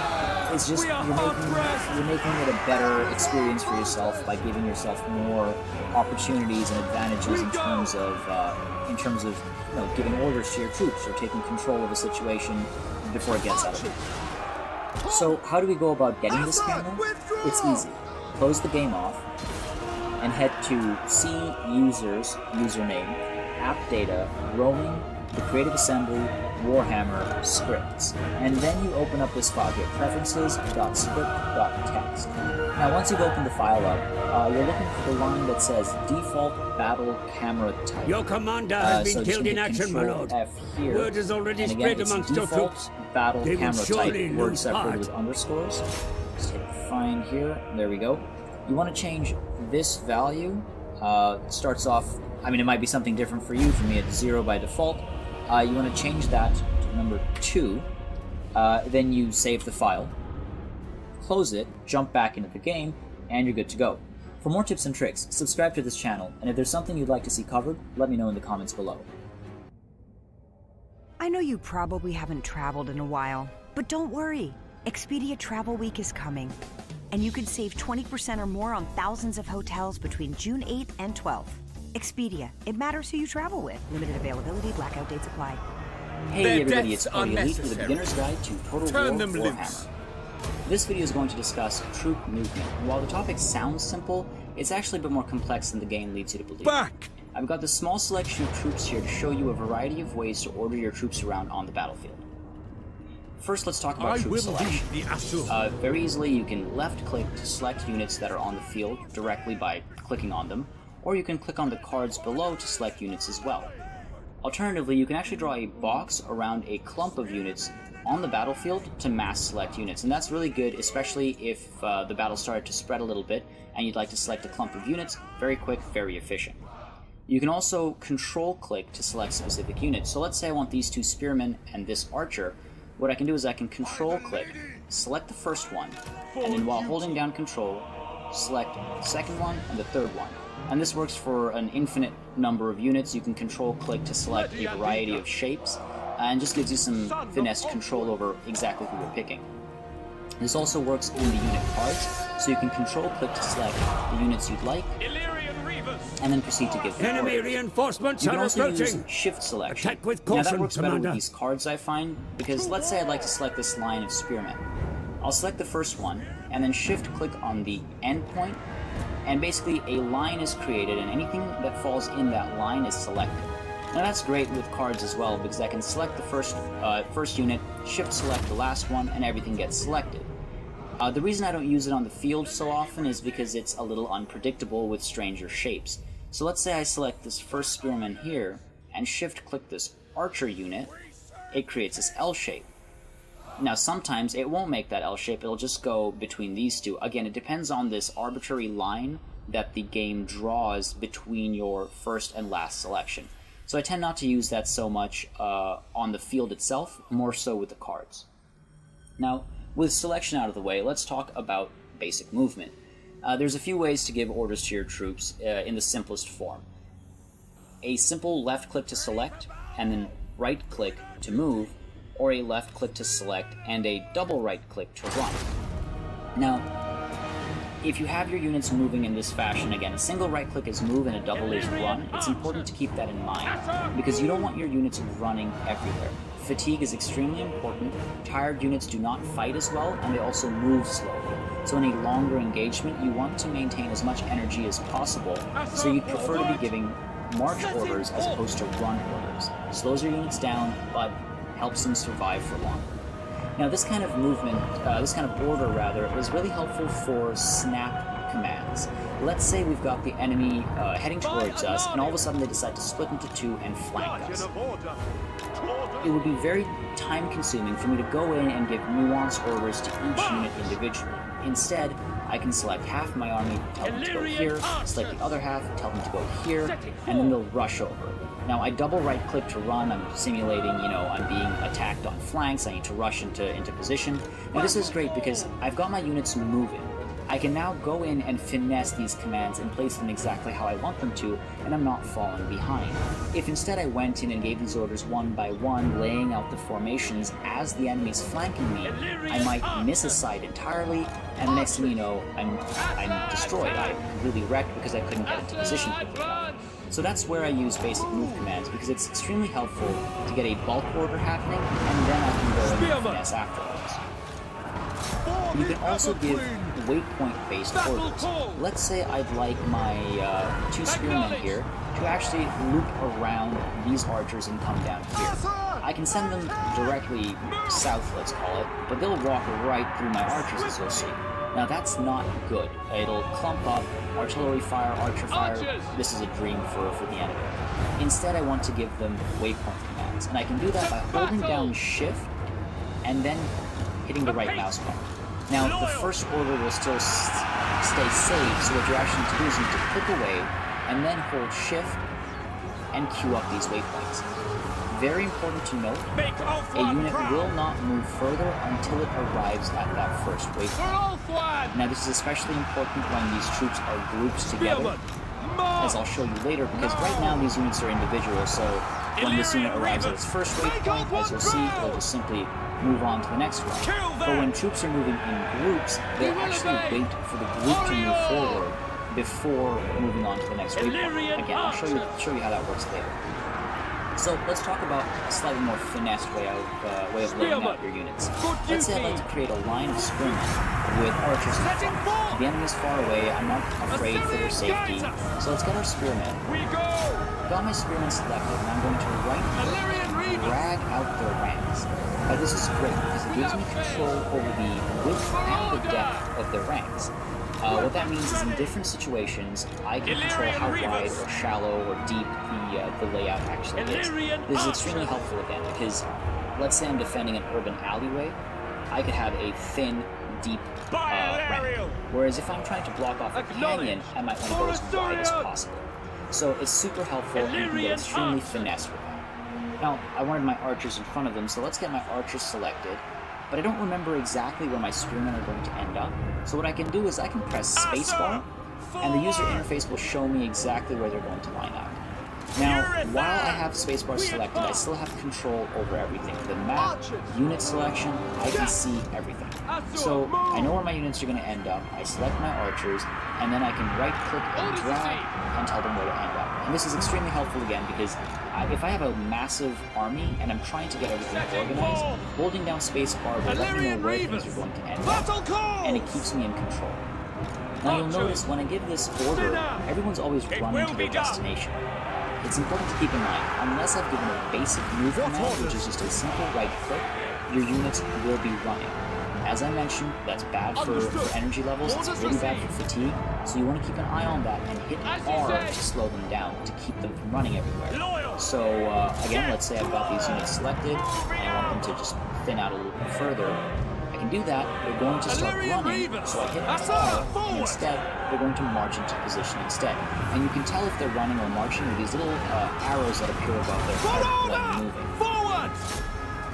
Now, with that out of the way, let's talk about rotating units. Let's say I've got this little formation laid out, and I'm happy with how it's working. We've got the enemy heading up towards me, but they slowly start to veer left or right because they want to flank me. I want to make sure that they stay in my front lines. I want to keep them in front of me at all times. So what I can do is I can select all of these units, and I can hold down Control, and then use the left or right arrow key to rotate them in their positions. Now they'll run, again, unless it's a basic move order, they'll always run. They'll run to these new positions.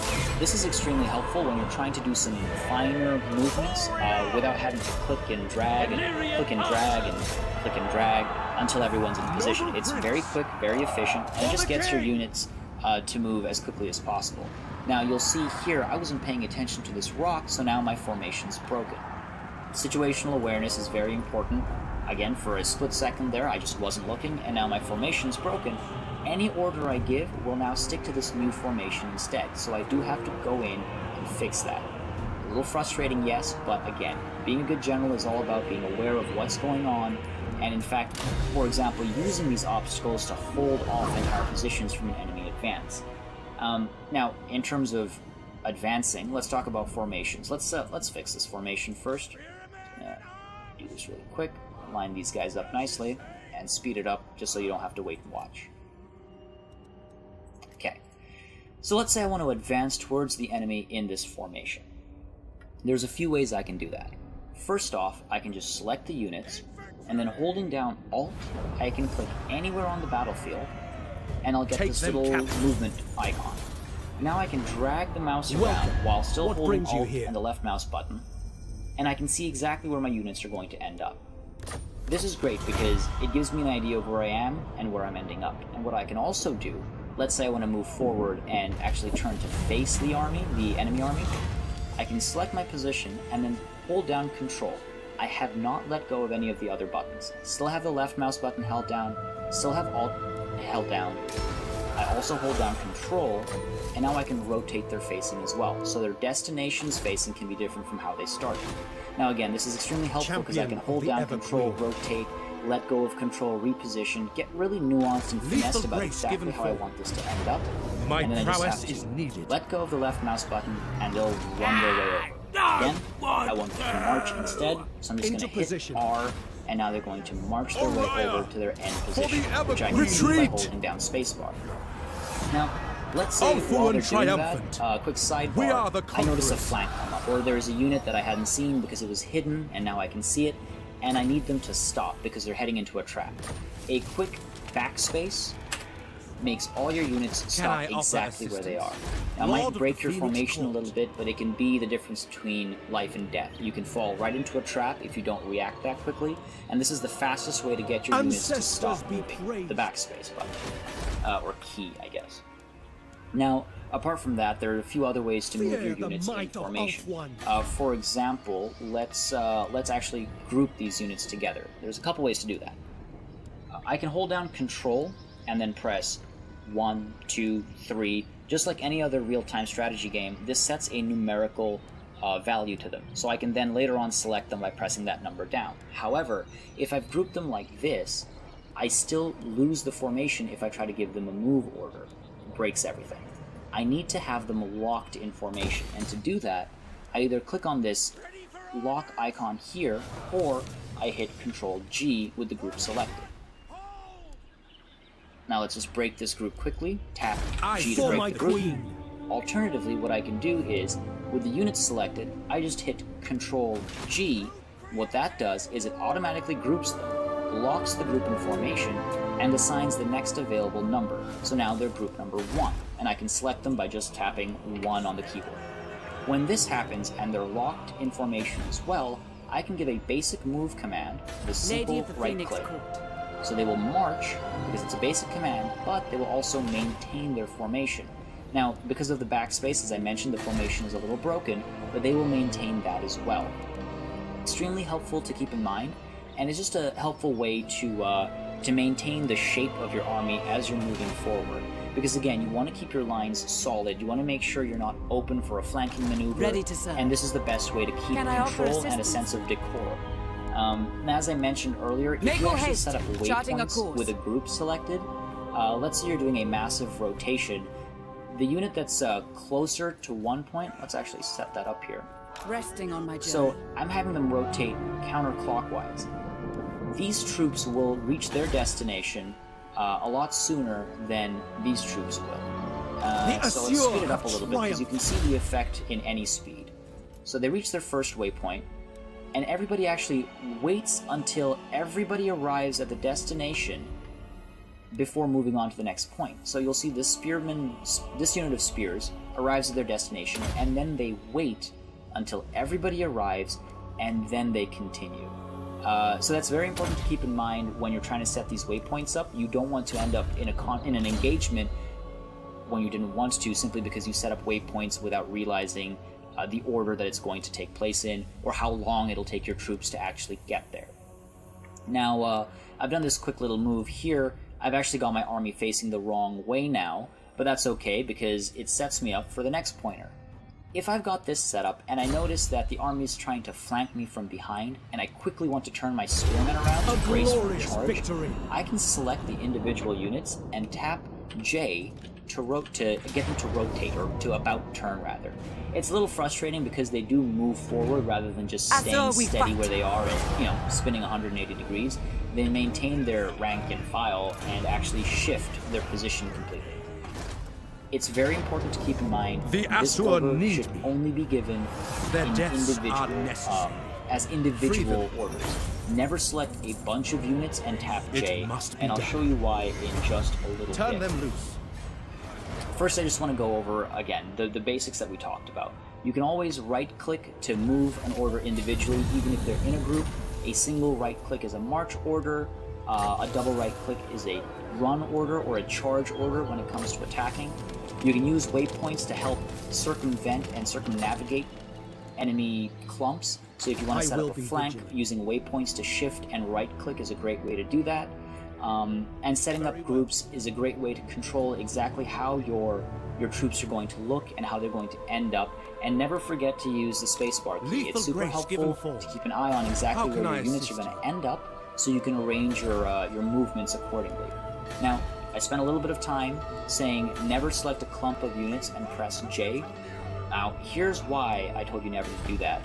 This is the end of the tutorial, and that's why I've left this until this point, because it'll mess everything up. So I've got all my units selected, and all I want them to do is face the other direction. You'd think that'd be easy enough, but I hit J, and I get this beauty. For more tips and tricks, subscribe to this channel, and if there's something you'd like to see covered, let me know in the comments below. Hey everybody, it's Party Elite with a beginner's guide to Total War Warhammer. Battles end when one side is no longer around to fight. This can happen in two ways. One, they're all dead. Two, they've run away. It's pretty obvious how to kill an army. Attack them until they're dead. Corner them, surround them, chase them down. Breaking an army, however, can require a bit more finesse.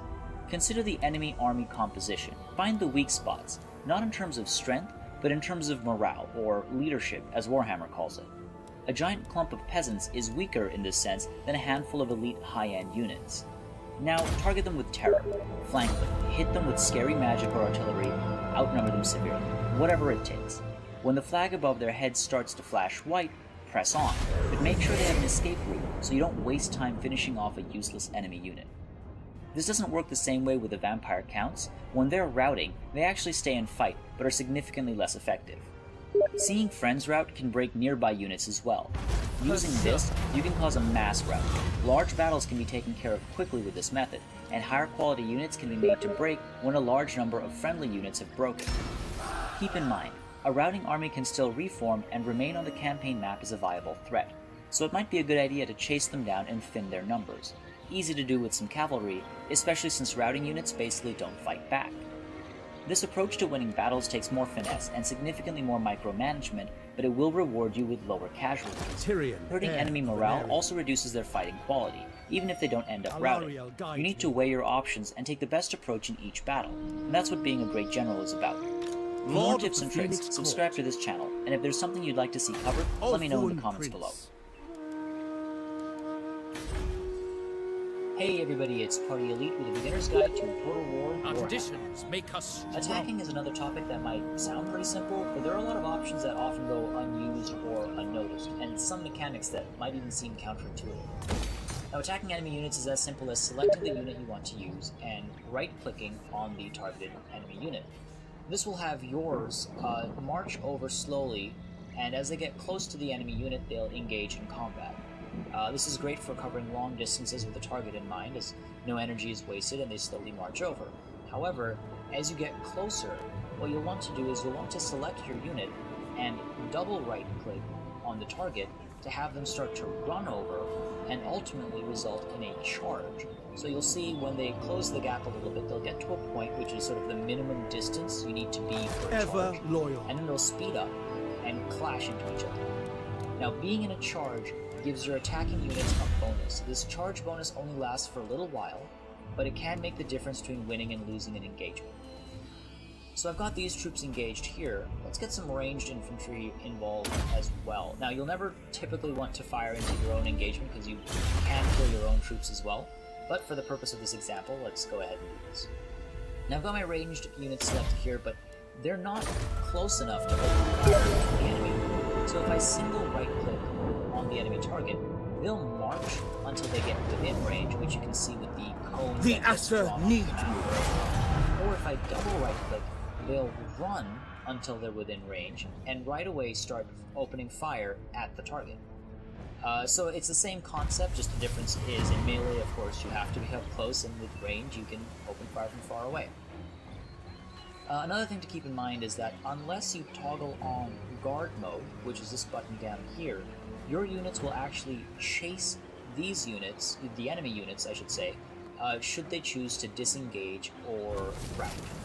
In other words, you could end up having a extremely high value unit of yours, such as, let's say, an extremely elite group of halberds, halberdiers I should say, chase a rather weak unit off until the edge of the map simply because they weren't put into guard mode.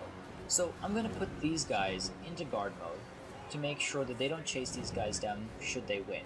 However, the archers I will leave off guard mode, and you'll see that they chase the enemy when they start to rout.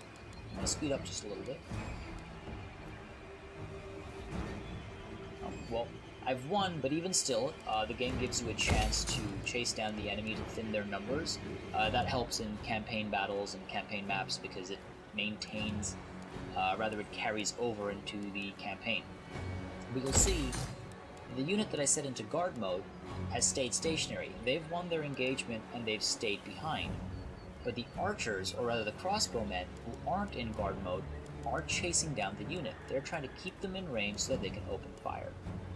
Now, imagine I still was engaged with the enemy here, a huge line of spearmen, and I've got my weak crossbowmen just running down the field where I could potentially just have them skewered and killed. So it's very important to use guard mode to make sure that you have full control of your units. It's essential in the heat of battle, and it keeps things centralized and you know exactly where everything is, or at least you should know exactly where everything is. On the topic of maintaining control, let's talk about the Fire at Will button. When you've got a ranged unit selected, you'll see down here the Fire at Will button is on by default. When it's on, your ranged units will engage any enemy unit in range. And while this makes sense in some scenarios, My journey begins. I like to turn it off, mainly to preserve ammunition. So let's take a look at this situation here, where in just a moment these troops are going to get into my crossbowmen's range, but my crossbowmen aren't going to open fire. Like I said, this is to preserve ammunition. I want to be able to choose a volley of missiles wasted on a hard-to-damage unit is a waste of missiles, where I can instead target one that I can actually thin down. So I'm going to tell these guys to chase after these spearmen with their arrows, as opposed to the Lord, because I don't stand a chance of causing any damage there. Now while that's happening, I want to point out that with artillery, you can actually get them to attack Champion the ground. of the Ever If you Queen. have them selected, hold down Alt, I am honored. click on the ground. Ulf One. They'll open fire to hit the middle of nowhere in the hopes of doing some damage when they eventually miss, because accuracy will be damned. Another thing to keep in mind is your ranged units can actually switch into skirmish mode by clicking this button down here.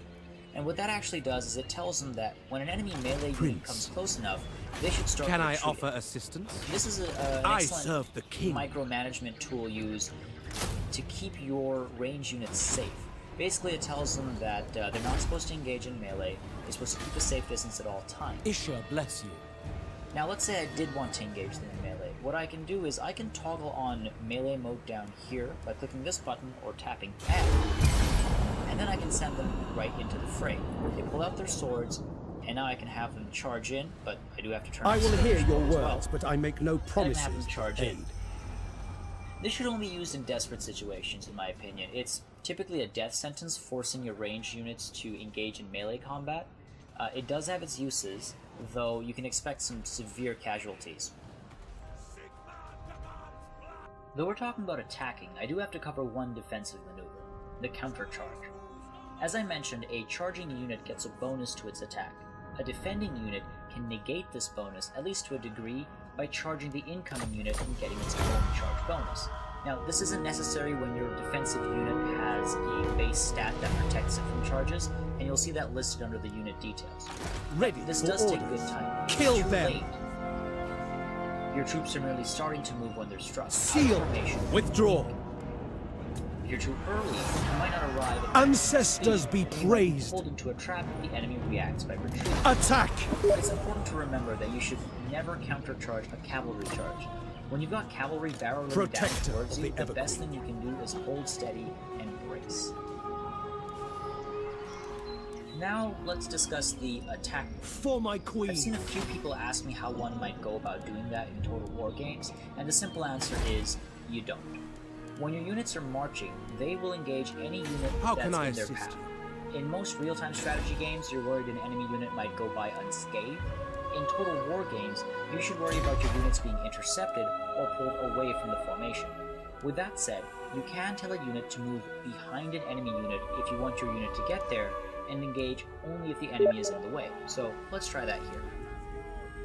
My unit of swordsmen are going to just march forward and try to get to their end destination over here, and these spearmen will most likely be in the way, intercepting us, and so we'll engage in battle.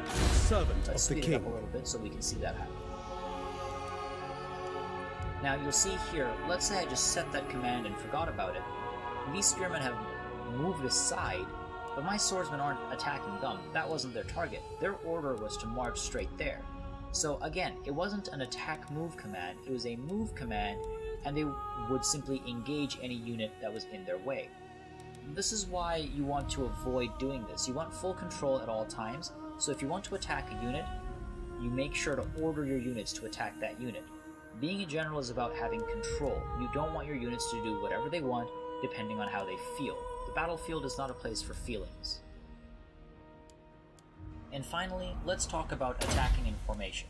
Let's say you've got a long line of melee units. If you group them, as I explained in a previous video with Control the G, might of and Ulf select One. one unit to attack, your group will actually move forward and attack their closest facing enemy. This is a great way to maintain your army's shape and have them A glorious auto-assign victory. which target they end up with on the other side. So it's a pretty easy way to maintain your, again, your shape and your overall form. And as you'll see here, these units move to engage pretty accurately their counterparts on the other side of the field. So that's how you make sure your formations are maintained while moving down the field to attack. I've seen a few people ask about this. No, you don't have to select units individually and tell them who to target. You do have to be wary though, because at times you'll find yourself enveloped by units. Like, let's say you were outnumbered by the enemy, and one of your units is now fending off against 2 enemy units. That is something you have to be wary of, because surrounded and outnumbered 2 to 1, unless your unit is better in terms of its quality or it's sort of more elite in rank, it'll probably surrender and rout. And as I explained in another video, that can cause a mass rout. You don't want that to happen. So there you have it. Moving and attacking in formation is possible. All you have to do is group the units. Consider merging some units in this army, my lord. They will be better. Select the group and shield against the darkness. One enemy unit, and the entire line of troops will organize themselves and find their counterparts on the other side of the battlefield and attack them accordingly. As you can see, attacking is a lot more complex than the game leads you to believe. There are a variety of modes and methods to use, and it's important to know which orders to issue at any given time, and that's what being a great general is about. For more tips and tricks, subscribe to this channel, and if there's something you'd like to see covered, let me know in the comments below. Hey everybody, it's Party Elite with a beginner's guide to Total War Warhammer. The deployment phase can be extremely short when playing against high-level or highly practiced players. As a general, you need to get a lot done in this phase, or you might find yourself out of position in an otherwise easy battle. It's important to quickly survey the battlefield and deploy your troops accordingly. Identify key features that your opponent might use, and look for potential features that you can use. Remember, you can only deploy within your zone, though Vanguard units can be placed anywhere outside your zone that isn't in the opponent's zone. Despite these limitations, your initial deployment must keep in mind what you're planning on doing when the battle starts, and should also keep in mind what your opponent might be planning. Be wary of forests, since they can be used to hide troops and in some cases, take them from one end of the map to the other without being noticed. Don't be paranoid and distracted by them though, but unless you plan on using them yourself, keep a safe distance between your troops and nearby cover. Some people like to keep a unit to scout an incoming flanking maneuver. I'll only ever do that if I feel like I can sacrifice a unit in a worst case scenario. Also, keep an eye out for hills. There's a reason why we use the phrase, fighting an uphill battle, to describe difficult tasks. If you have the high ground, you can more or less cut the enemy apart as they try to attack you, and let them tumble down the slope into a pool of hot lava. Being higher up gives archers and artillery better range, and gives your army better vision. Better vision means you can spot enemy units nice and early. When it comes time to melee, charging downhill gives you an added bonus, and running uphill slows units down, tiring them out and making their attack weaker. Also, make sure to look for potential choke points. When attacking, be careful of funneling your troops into a meat grinder. When defending, try to hold these choke points. Use terrain features to your advantage. Boulders and huts can be used to protect a unit's flanks, for example, and hold an enemy unit in place while you prepare the hammer to come crashing down on them. And finally, look for avenues of attack, or lanes of movement if you will. This applies whether you're attacking or defending. Identify these potential paths that an attacker might use, or that you might use as the attacker. A battlefield might look flat from one angle, but a slight rotation of the map can reveal a change in elevation that might hide your cavalry right to the enemy's back. Alternatively, if you're defending and you notice this potential approach, you might consider scouting the area or positioning your troops in a way that makes them hard to reach from said path. In this scenario, I was able to sneak my Chaos Knights the long way around to take out enemy artillery. They literally didn't see it coming because of elevation changes. That sounds like a lot to do, and it is. Don't worry, with time and practice it becomes second nature, and you can survey a battlefield and position your troops in no time. And that's what being a great general is about. For more tips and tricks, subscribe to this channel, and if there's something you'd like to see covered, let me know in the comments below. The Aster are troubled. Inspecting the garrison. Hey everybody, it's Party Elite with a beginner's guide to Total War Warhammer. In this video, I want to talk about the user interface. There's a lot of information that's actually available at a glance, but unfortunately the game does a really bad job of telling you what it all means. Let's start off with the actual menus around the screen first. Up in the top center, you've got your general battle information. This is the faction you're playing. It'll change depending on whichever faction you are. And this is a countdown timer, which tells you how long is left in the battle if you have a time limit set. It's important to keep your eye on that because if you're the attacking army, when that hits 0, you've lost if you haven't routed or defeated the enemy army. However, if you're defending and you run the timer down, you can win as long as your army hasn't been routed or destroyed. Next, we've got this bar here, and that actually shows you the balance of power. So yellow represents your own army, and red represents the enemy's army. And this balance signifies that I have a higher chance of winning right now. Now let's move over to the top right corner here. First, the furthest top, we've got the play speeds. As a beginner, you might want to use pause and slow motion very often to slow the game down, give yourself some time to think, and adjust based on what's actually going on the battlefield at the moment. Then we've got the play button, regular speed, a little bit of a speed up ×2, and then speed it up ×3. These two I'll only ever use if I'm waiting for troops to get into position, or if I'm chasing down the enemy during a rout, something like that, where I don't really need full control. But apart from that, you'll mainly stick to these 3 options of speed. And then at the most corner over here, we've got the toggle tactical map button. You can alternatively hit tab to activate the tactical map. So that takes you to this view here, which gives you an overview of the battlefield. So you can see which units you've got laid out where, their icons, you can see their ranks and everything very clearly, very quickly right here. You can also sort of get an idea of what's going on when you're in the middle of a huge engagement. Extremely helpful. Now, because I use the debug camera, and I do have a tutorial that shows you how to get that for yourself, I can actually zoom out extremely high. And I prefer this because it lets me tilt the camera and kind of rotate it and look around as I want. If you don't have the debug camera, you can also activate the tactical map by zooming up to a certain extent, and the top will show you that you're transitioning into the tactical map. If you keep scrolling up at that point, it will flip you into the tactical map. I prefer this though. It's a quick hit of tab or this button at the top right corner to flip you in and out. Finally, we've got the actual minimap itself. You can click on the minimap to quickly move around the battlefield. It's super helpful if you see something happening, if you spot an enemy or a flank going down, or you know that you're engaged in multiple corners. Now sometimes this minimap can be a little too mini for some people, and that's why they've got this double-headed arrow here. If you click and drag that, you can actually resize your minimap, and that just makes it easier to navigate as things get a bit more chaotic. So let's just zoom out a little here and shrink that back down. Now let's move to the bottom right corner here. This is your Winds of Magic counter. Winds of Magic is determined by where you're fighting, and what it does is puts a cap on your magical abilities. If you pick a wizard or magical type of character, you'll see a bunch of icons show up around this Winds of Magic counter. These are all various types of magical spells that your caster can cast, and every time you cast one, it will cost some of these points. They do regenerate over time, but it's important to keep in mind that this number is across the board for your army. Each caster doesn't have a separate reserve. They're all actually pulling from the Winds of Magic in the area. It's a lore thing, and it's a good way to keep a balance. You can't just spam magical units and keep casting magic and wait for it to recharge on an individual basis. A wandering host this approaches. Number of Winds of Magic is across the board for every magical, they must every not magic be allowed caster to in threaten your army. your realm. Now we've got Do the not tolerate central their section over incursions on here. your I'll go over soil. the unit cards in a little bit. First, I want to talk about these buttons down here. I've touched on them briefly in other videos as well, but overall you've got your toggle unit speed. Major enemy cities will be fortified, sire.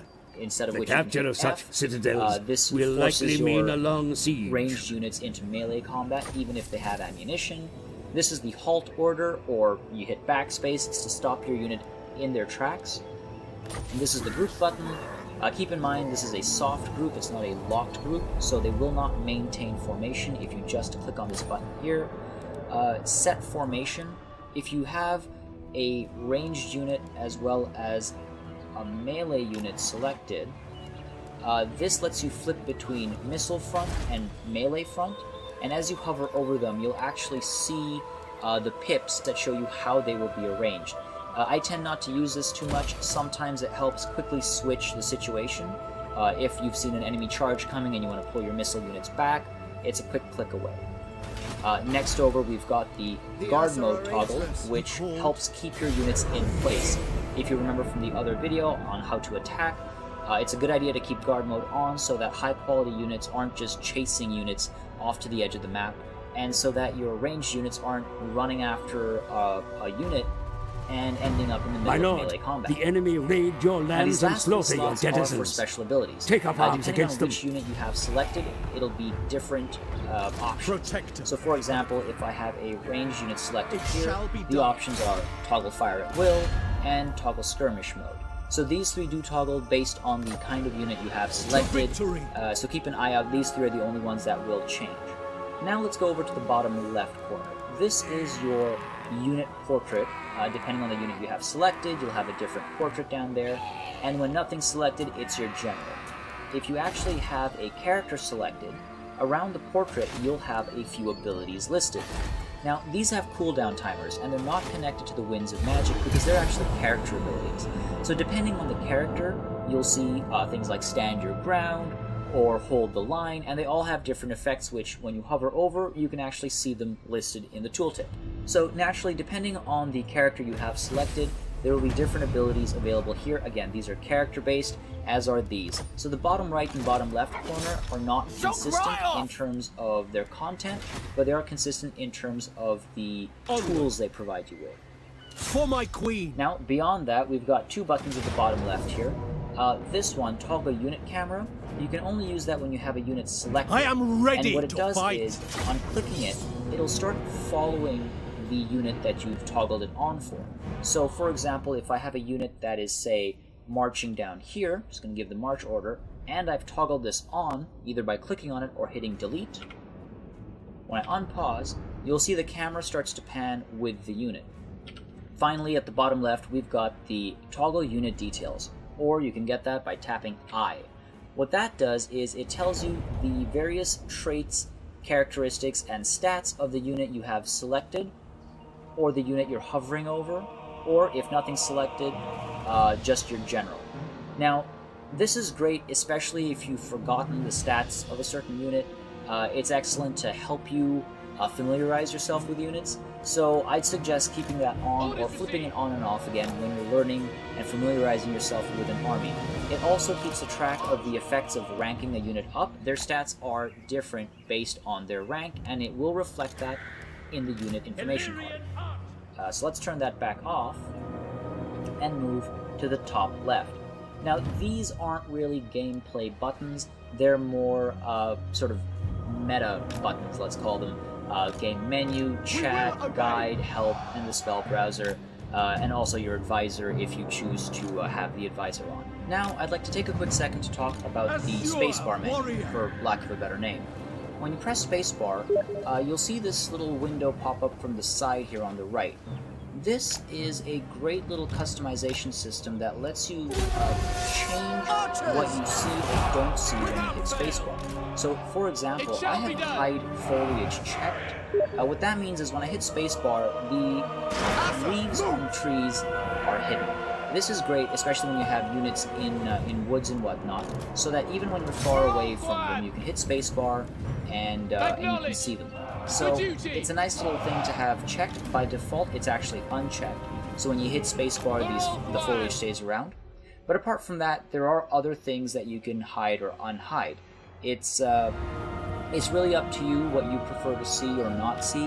I like to keep it by the default simply because I like to get as much information as possible. When I hit spacebar, all these little ticks and pieces of information pop up, and they're really helpful for a quick assessment of what's going on in the battle right now. First things first, at the top of each of the units you have, and the enemy has, you'll get the icon that represents what kind of unit it is. Again, these match up to these icons at the bottom here, so they translate one-to-one. But as I mentioned, they are sometimes a little unclear, a little unfortunate. Next up, we've got their actual rank. It's shown right next to the unit's icon. and you can tell what kind of rank the unit you're currently managing has. So, quick and easy, available right there. Then we've got the health bar, and this white bar that doesn't show anywhere on the card, and I wish it did, because that's the leadership.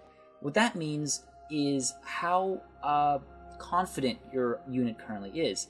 In other words, it's morale. In the Warhammer universe, they like to call it leadership, and if we actually zoom into this unit here that's terrified and hit spacebar, you'll see that they are terrified and their leadership is all the way down, more or less. So that's a good way to keep an eye on the confidence level of your units, so you know what's going on in their hearts. And this yellow bar here below the leadership bar, that indicates ammo. So of course that's only on ranged units where ammunition is actually a factor, and that'll deplete as they run out of ammunition. And finally, we've got these little pips at the bottom here. They represent other sort of statuses that your unit is currently undergoing. So, for example, my unit here is terrified, whereas Colette, the enemy unit up there, is fighting in a battle that is not winning, to conceal and is their also movements, buffed my because lord. of the upwards arrow. Approach with It caution. also shows you the fatigue level of your unit. So this orange set of legs here, that means the unit's actually getting significantly tired. It's important to keep an eye on that because, as I said in earlier videos, a tired unit fights worse. Now let's take a look at the unit cards. The unit cards are extremely important, not just for selecting units with ease, but also because they convey a lot of information at a glance. So let's tear them apart and see exactly what they're telling you at any given time. First things first, there is this green bar across the top of all the units. That refers to the health of the unit. Now inside this green bar there is a number, and this number tells you how many actual individuals are in the unit. So for example, there are 57 horses in here, there are 120 spearmen in this one, there's one character here, one character here, so that's what the number means. It's important to know that the number and the health bar don't correlate. It's not a one-to-one relationship between the amount of health and the quantity of individuals in the unit itself. Now right below the green bar is this yellow bronze bar down here. That only shows up for ranged units, and that is the ammo count. You'll see some of the units that have already been firing for the course of this battle. It's slightly less filled for those units, and as that empties out, it's just a heads up for you to keep an eye on ammunition. After that, you've got the card itself. Now, in some situations, the card will be flashing white or gray. That means the unit is breaking or ready to rout, and if it's gone completely gray, not flashing, it's completely gray, that means they have started to rout. Now, if they're routing, it doesn't necessarily mean they're a lost cause. You can still recover them, you can still rally them, or they can just run away from the battle far enough to gain some self-confidence again, for lack of a better term. So it is important to keep an eye on the flashing gray cards. Now, again, on the cards themselves, you'll also notice I've got 3 units here with chevrons on their cards. That's an indicator of rank. The ranks go from 0 to 9. So 0 means there's no chevron, and 1, 2, and 3 are bronze chevrons, 4, 5, and 6 are silver chevrons, 7, 8, and 9 are gold chevrons, and they stack to represent the actual rank. This is again very important, so you know at a glance exactly which unit is where, who you're selecting, and which situation you're throwing your more valued troops into. And finally at the bottom here, you've got the unit type. So for example, you've got wizards, spearmen, ranged troops that fire arrows, ranged troops that fire guns. Then you've got cavalry. Any cavalry unit will have this horse, next to which there'll be another icon which represents which kind of cavalry unit they are. And then siege, field gun. I'll be honest, I really feel like there are too many variants of the unit types.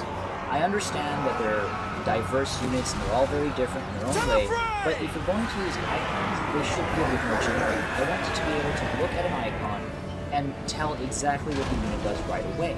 Instead, you'll see that this icon is actually used for, I think, 3 or 4 different kinds of descriptors, and it really doesn't make sense to me. So that is a slight criticism I have for this interface. I can't always tell right away what I'm looking at. Now with that said, if you do pull up a unit's info card, and you can see this while recruiting them or while choosing them for a custom battle, it does tell you what they are. So you'll see the Hellblaster volley gun is a field gun. Now that icon again is used for multiple other things, but I find more often than not with this game specifically, when it's not something typical like a spear or a sword or an axe, or a bow and arrow, I'm looking at, I'm memorizing what the units do. I don't quite like that, but so be it. Orders received. And finally, we've got these icons across the top of your unit. These are extremely important as well because they actually tell you the current state of the unit. If you ever see this arrow pointing downwards, that means the unit is currently taking fire. It doesn't specify what kind of fire it's taking, only that it's being hit by some kind of ranged unit. Next to that, you see this double arrow. That means the unit is also currently moving fast. It's running. You've given it a charge order or a run order, compared to this icon here, which is a simple move order. Now, these do stack up, as you see, so if there are multiple states to the unit, they will stack up. So let's give this spearman here a random move order, and there, you can see that now they are currently marching. So that's the difference between a double right-click and a single right-click is a march and a run order. Next up, you've got this icon here, and that means that the unit is currently firing. Now, when this firing icon is red, it means the angle of fire is obstructed for some reason or another. In this case here, I've purposely placed these units behind a small hill, and because it's the type of unit that fires straight, it actually can't arc over this hill. They are free As a to result, go. their firing is obstructed. Deliver them now, to their that obviously means they're not getting anything I shall done, go. so you might want to consider moving them somewhere like, say, at the top of a hill where they actually have vision and the ability to hit something. Also, we've got this icon over here. This means the unit is terrified. Whatever it is they're combating, whether it's some type of magic or a beast, whatever it might be, they're scared, and so they're running away. Very important to keep that in mind because it might require some careful consoling. You might need to give them some support and assure them that everything's going to be okay. Now, I want to flip back to the deployment phase for a little bit to show you some icons that are unique to that phase. For example, you'll see here above these two cards, there are these little icons that mean that these units are capable of vanguard deployment. What that means is you can actually deploy these units anywhere on the battlefield as long as it's outside of this thin white line you see here.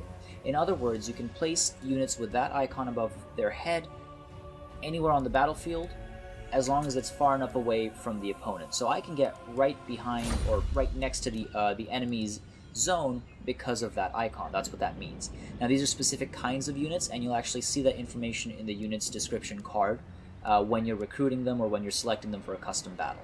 So that's very helpful to know. Another icon to keep your eye out for during the deployment phase is this one over here. Now, it does appear during the actual battle as well, but when it's there during the deployment phase, it means your unit is confirmed as hidden. So that's what that icon means. It means your unit is currently hidden from the enemy's line of sight. In deployment, it only shows when it's in a forest or dense grass or any other type of terrain that could hide it. But you'll notice I've got this other unit here of Demigryph Knights. They're inside this basin, and the enemy actually won't be able to see them because of this elevation difference. However, in the deployment phase, that icon does not appear above their heads. When I hit Start Battle, you'll see right now that this icon will pop right in. So hit Start Battle, and there you have it. Now that both armies have been deployed, the game knows that there's no way that the enemy can spot these guys, and there you have it. They're hidden. And this unit is engaged in melee combat. I know that because of this icon here.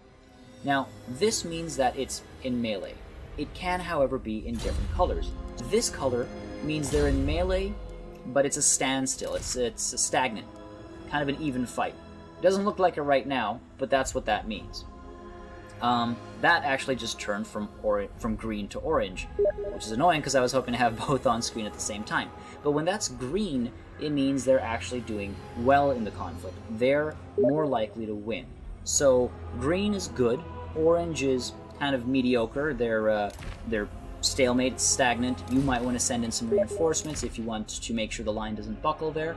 And if it's actually red, that means this unit is losing quite terribly. Decisively, I think is the word the game likes to use. So whenever you see that, take a look at what's going on. They definitely need reinforcements, or maybe they need to withdraw. Now, this unit has begun routing. The flashing gray card, as I mentioned, means they're broken or finally they've given up on the battle, so they're going to start leaving, and that's associated with this icon above their head as well.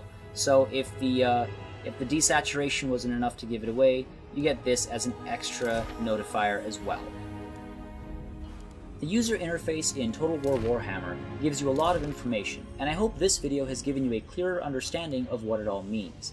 The UI is there to inform you about what's happening at all times at a glance, so that you have all the information and can react appropriately to the situation, and that's what being a great general is about.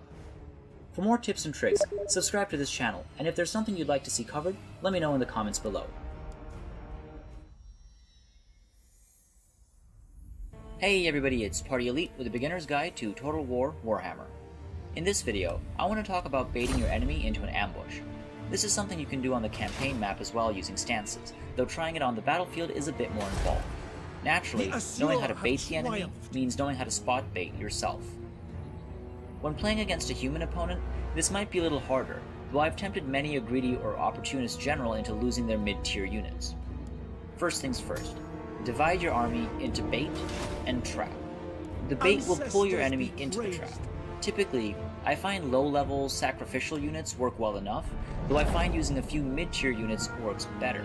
They're able to hold their own while they wait for the trap to spring, they're less likely to rout before it's sprung, and they also look like a juicier target, so they're more likely to bait the enemy general.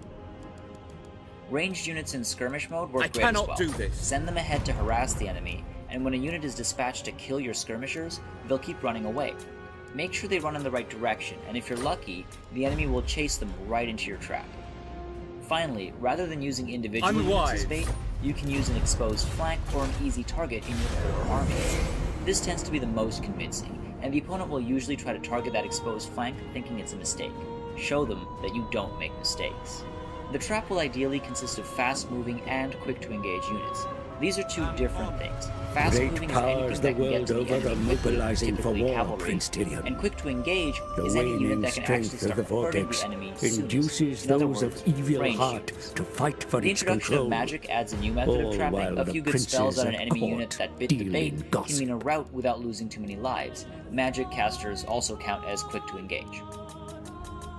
Now, it's important to do both, in my opinion. Not. What is the point of setting an elaborate trap that doesn't really hurt the enemy?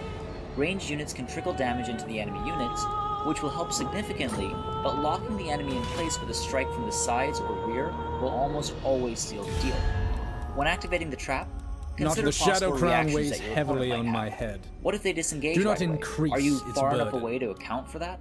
Make sure you have room to adjust, and make sure that you're not being set up for a trap yourself.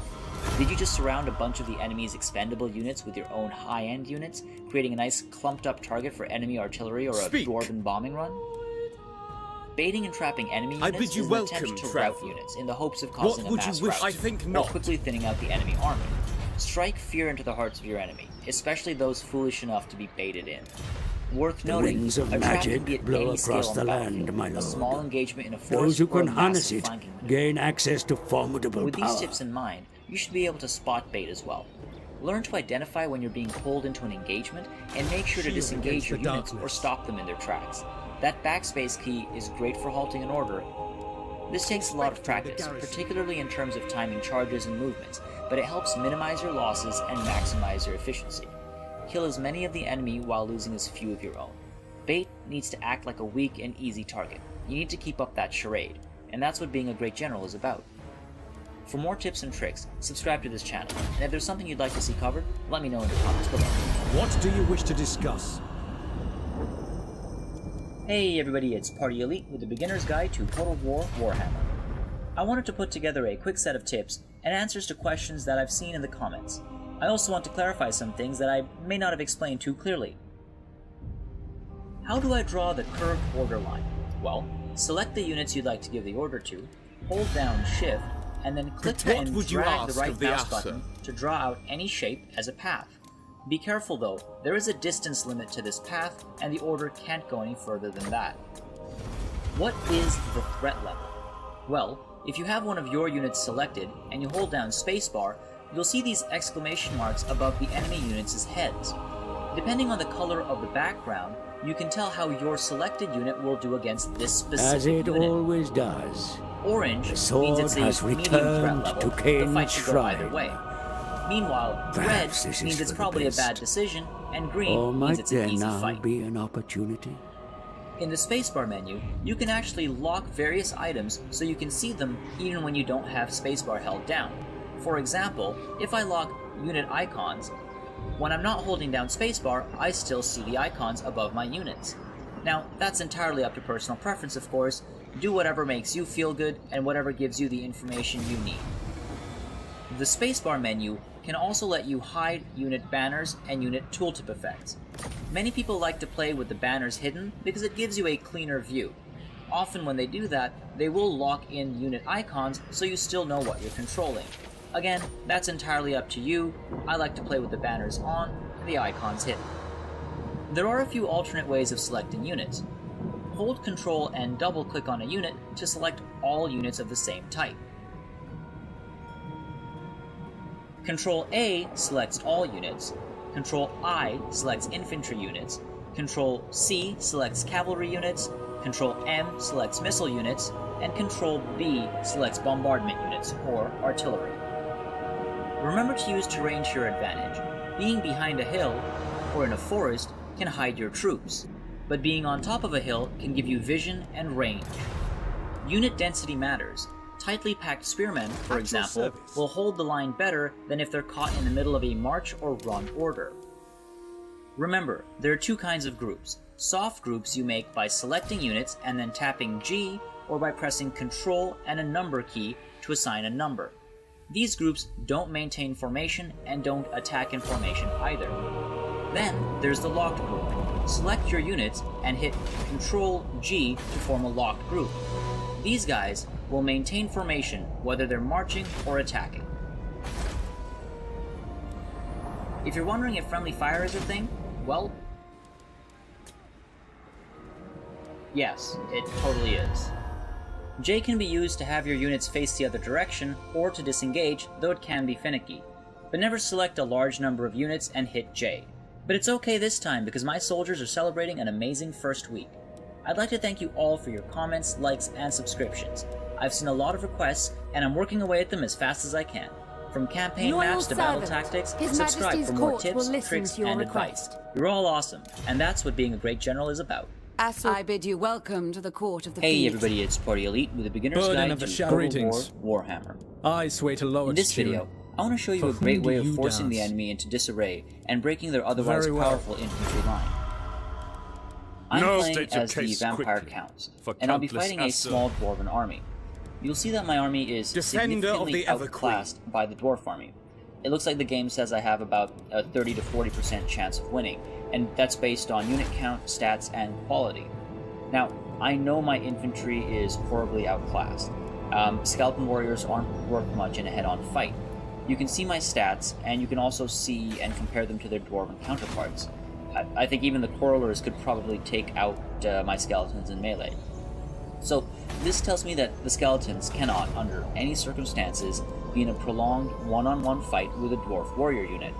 They will drop like flies, and probably start to crumble instantly. That's the vampiric equivalent of a rout, where they'll stay in position, but they'll fight extremely poorly. So, let's see how I deal with that.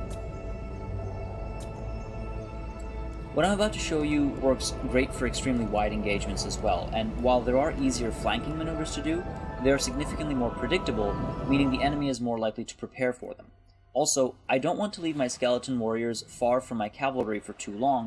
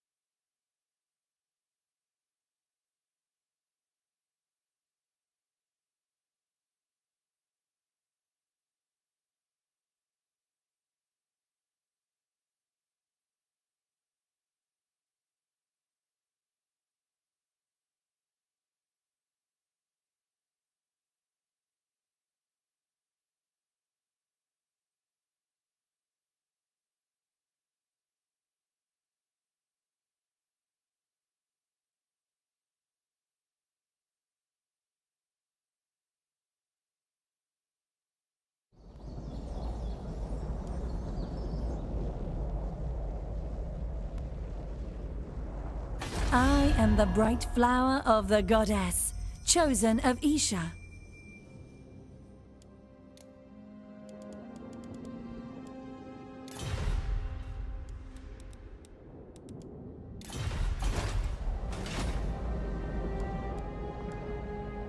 Defender of the Phoenix Throne.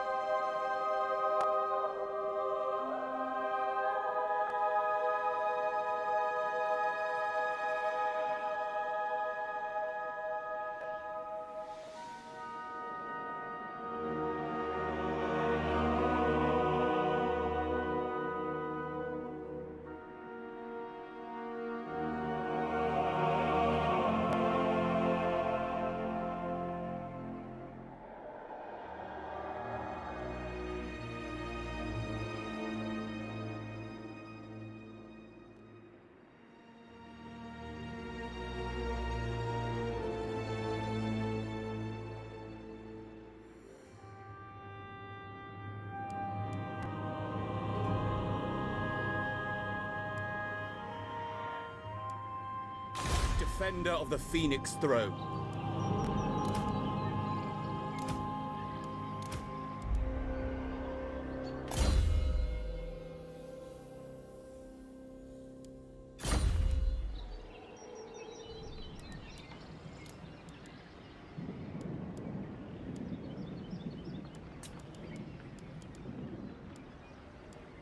Setting camp.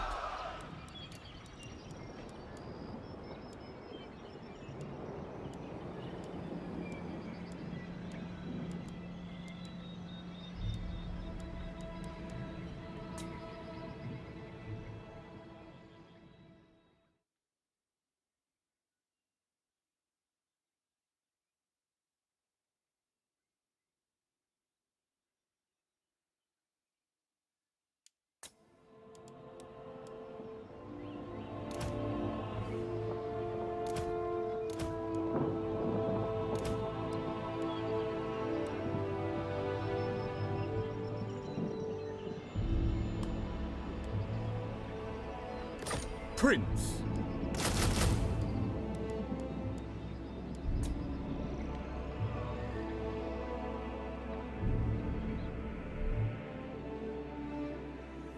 High Elven Archmage.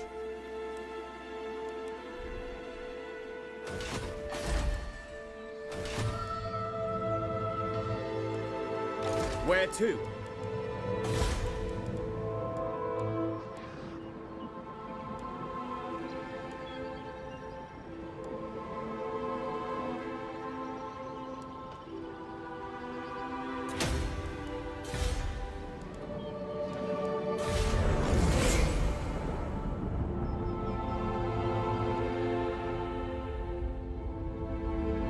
Welcome, brothers.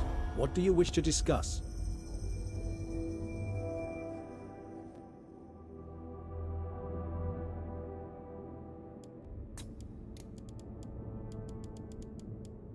Sons of Ulthuan, what brings you here?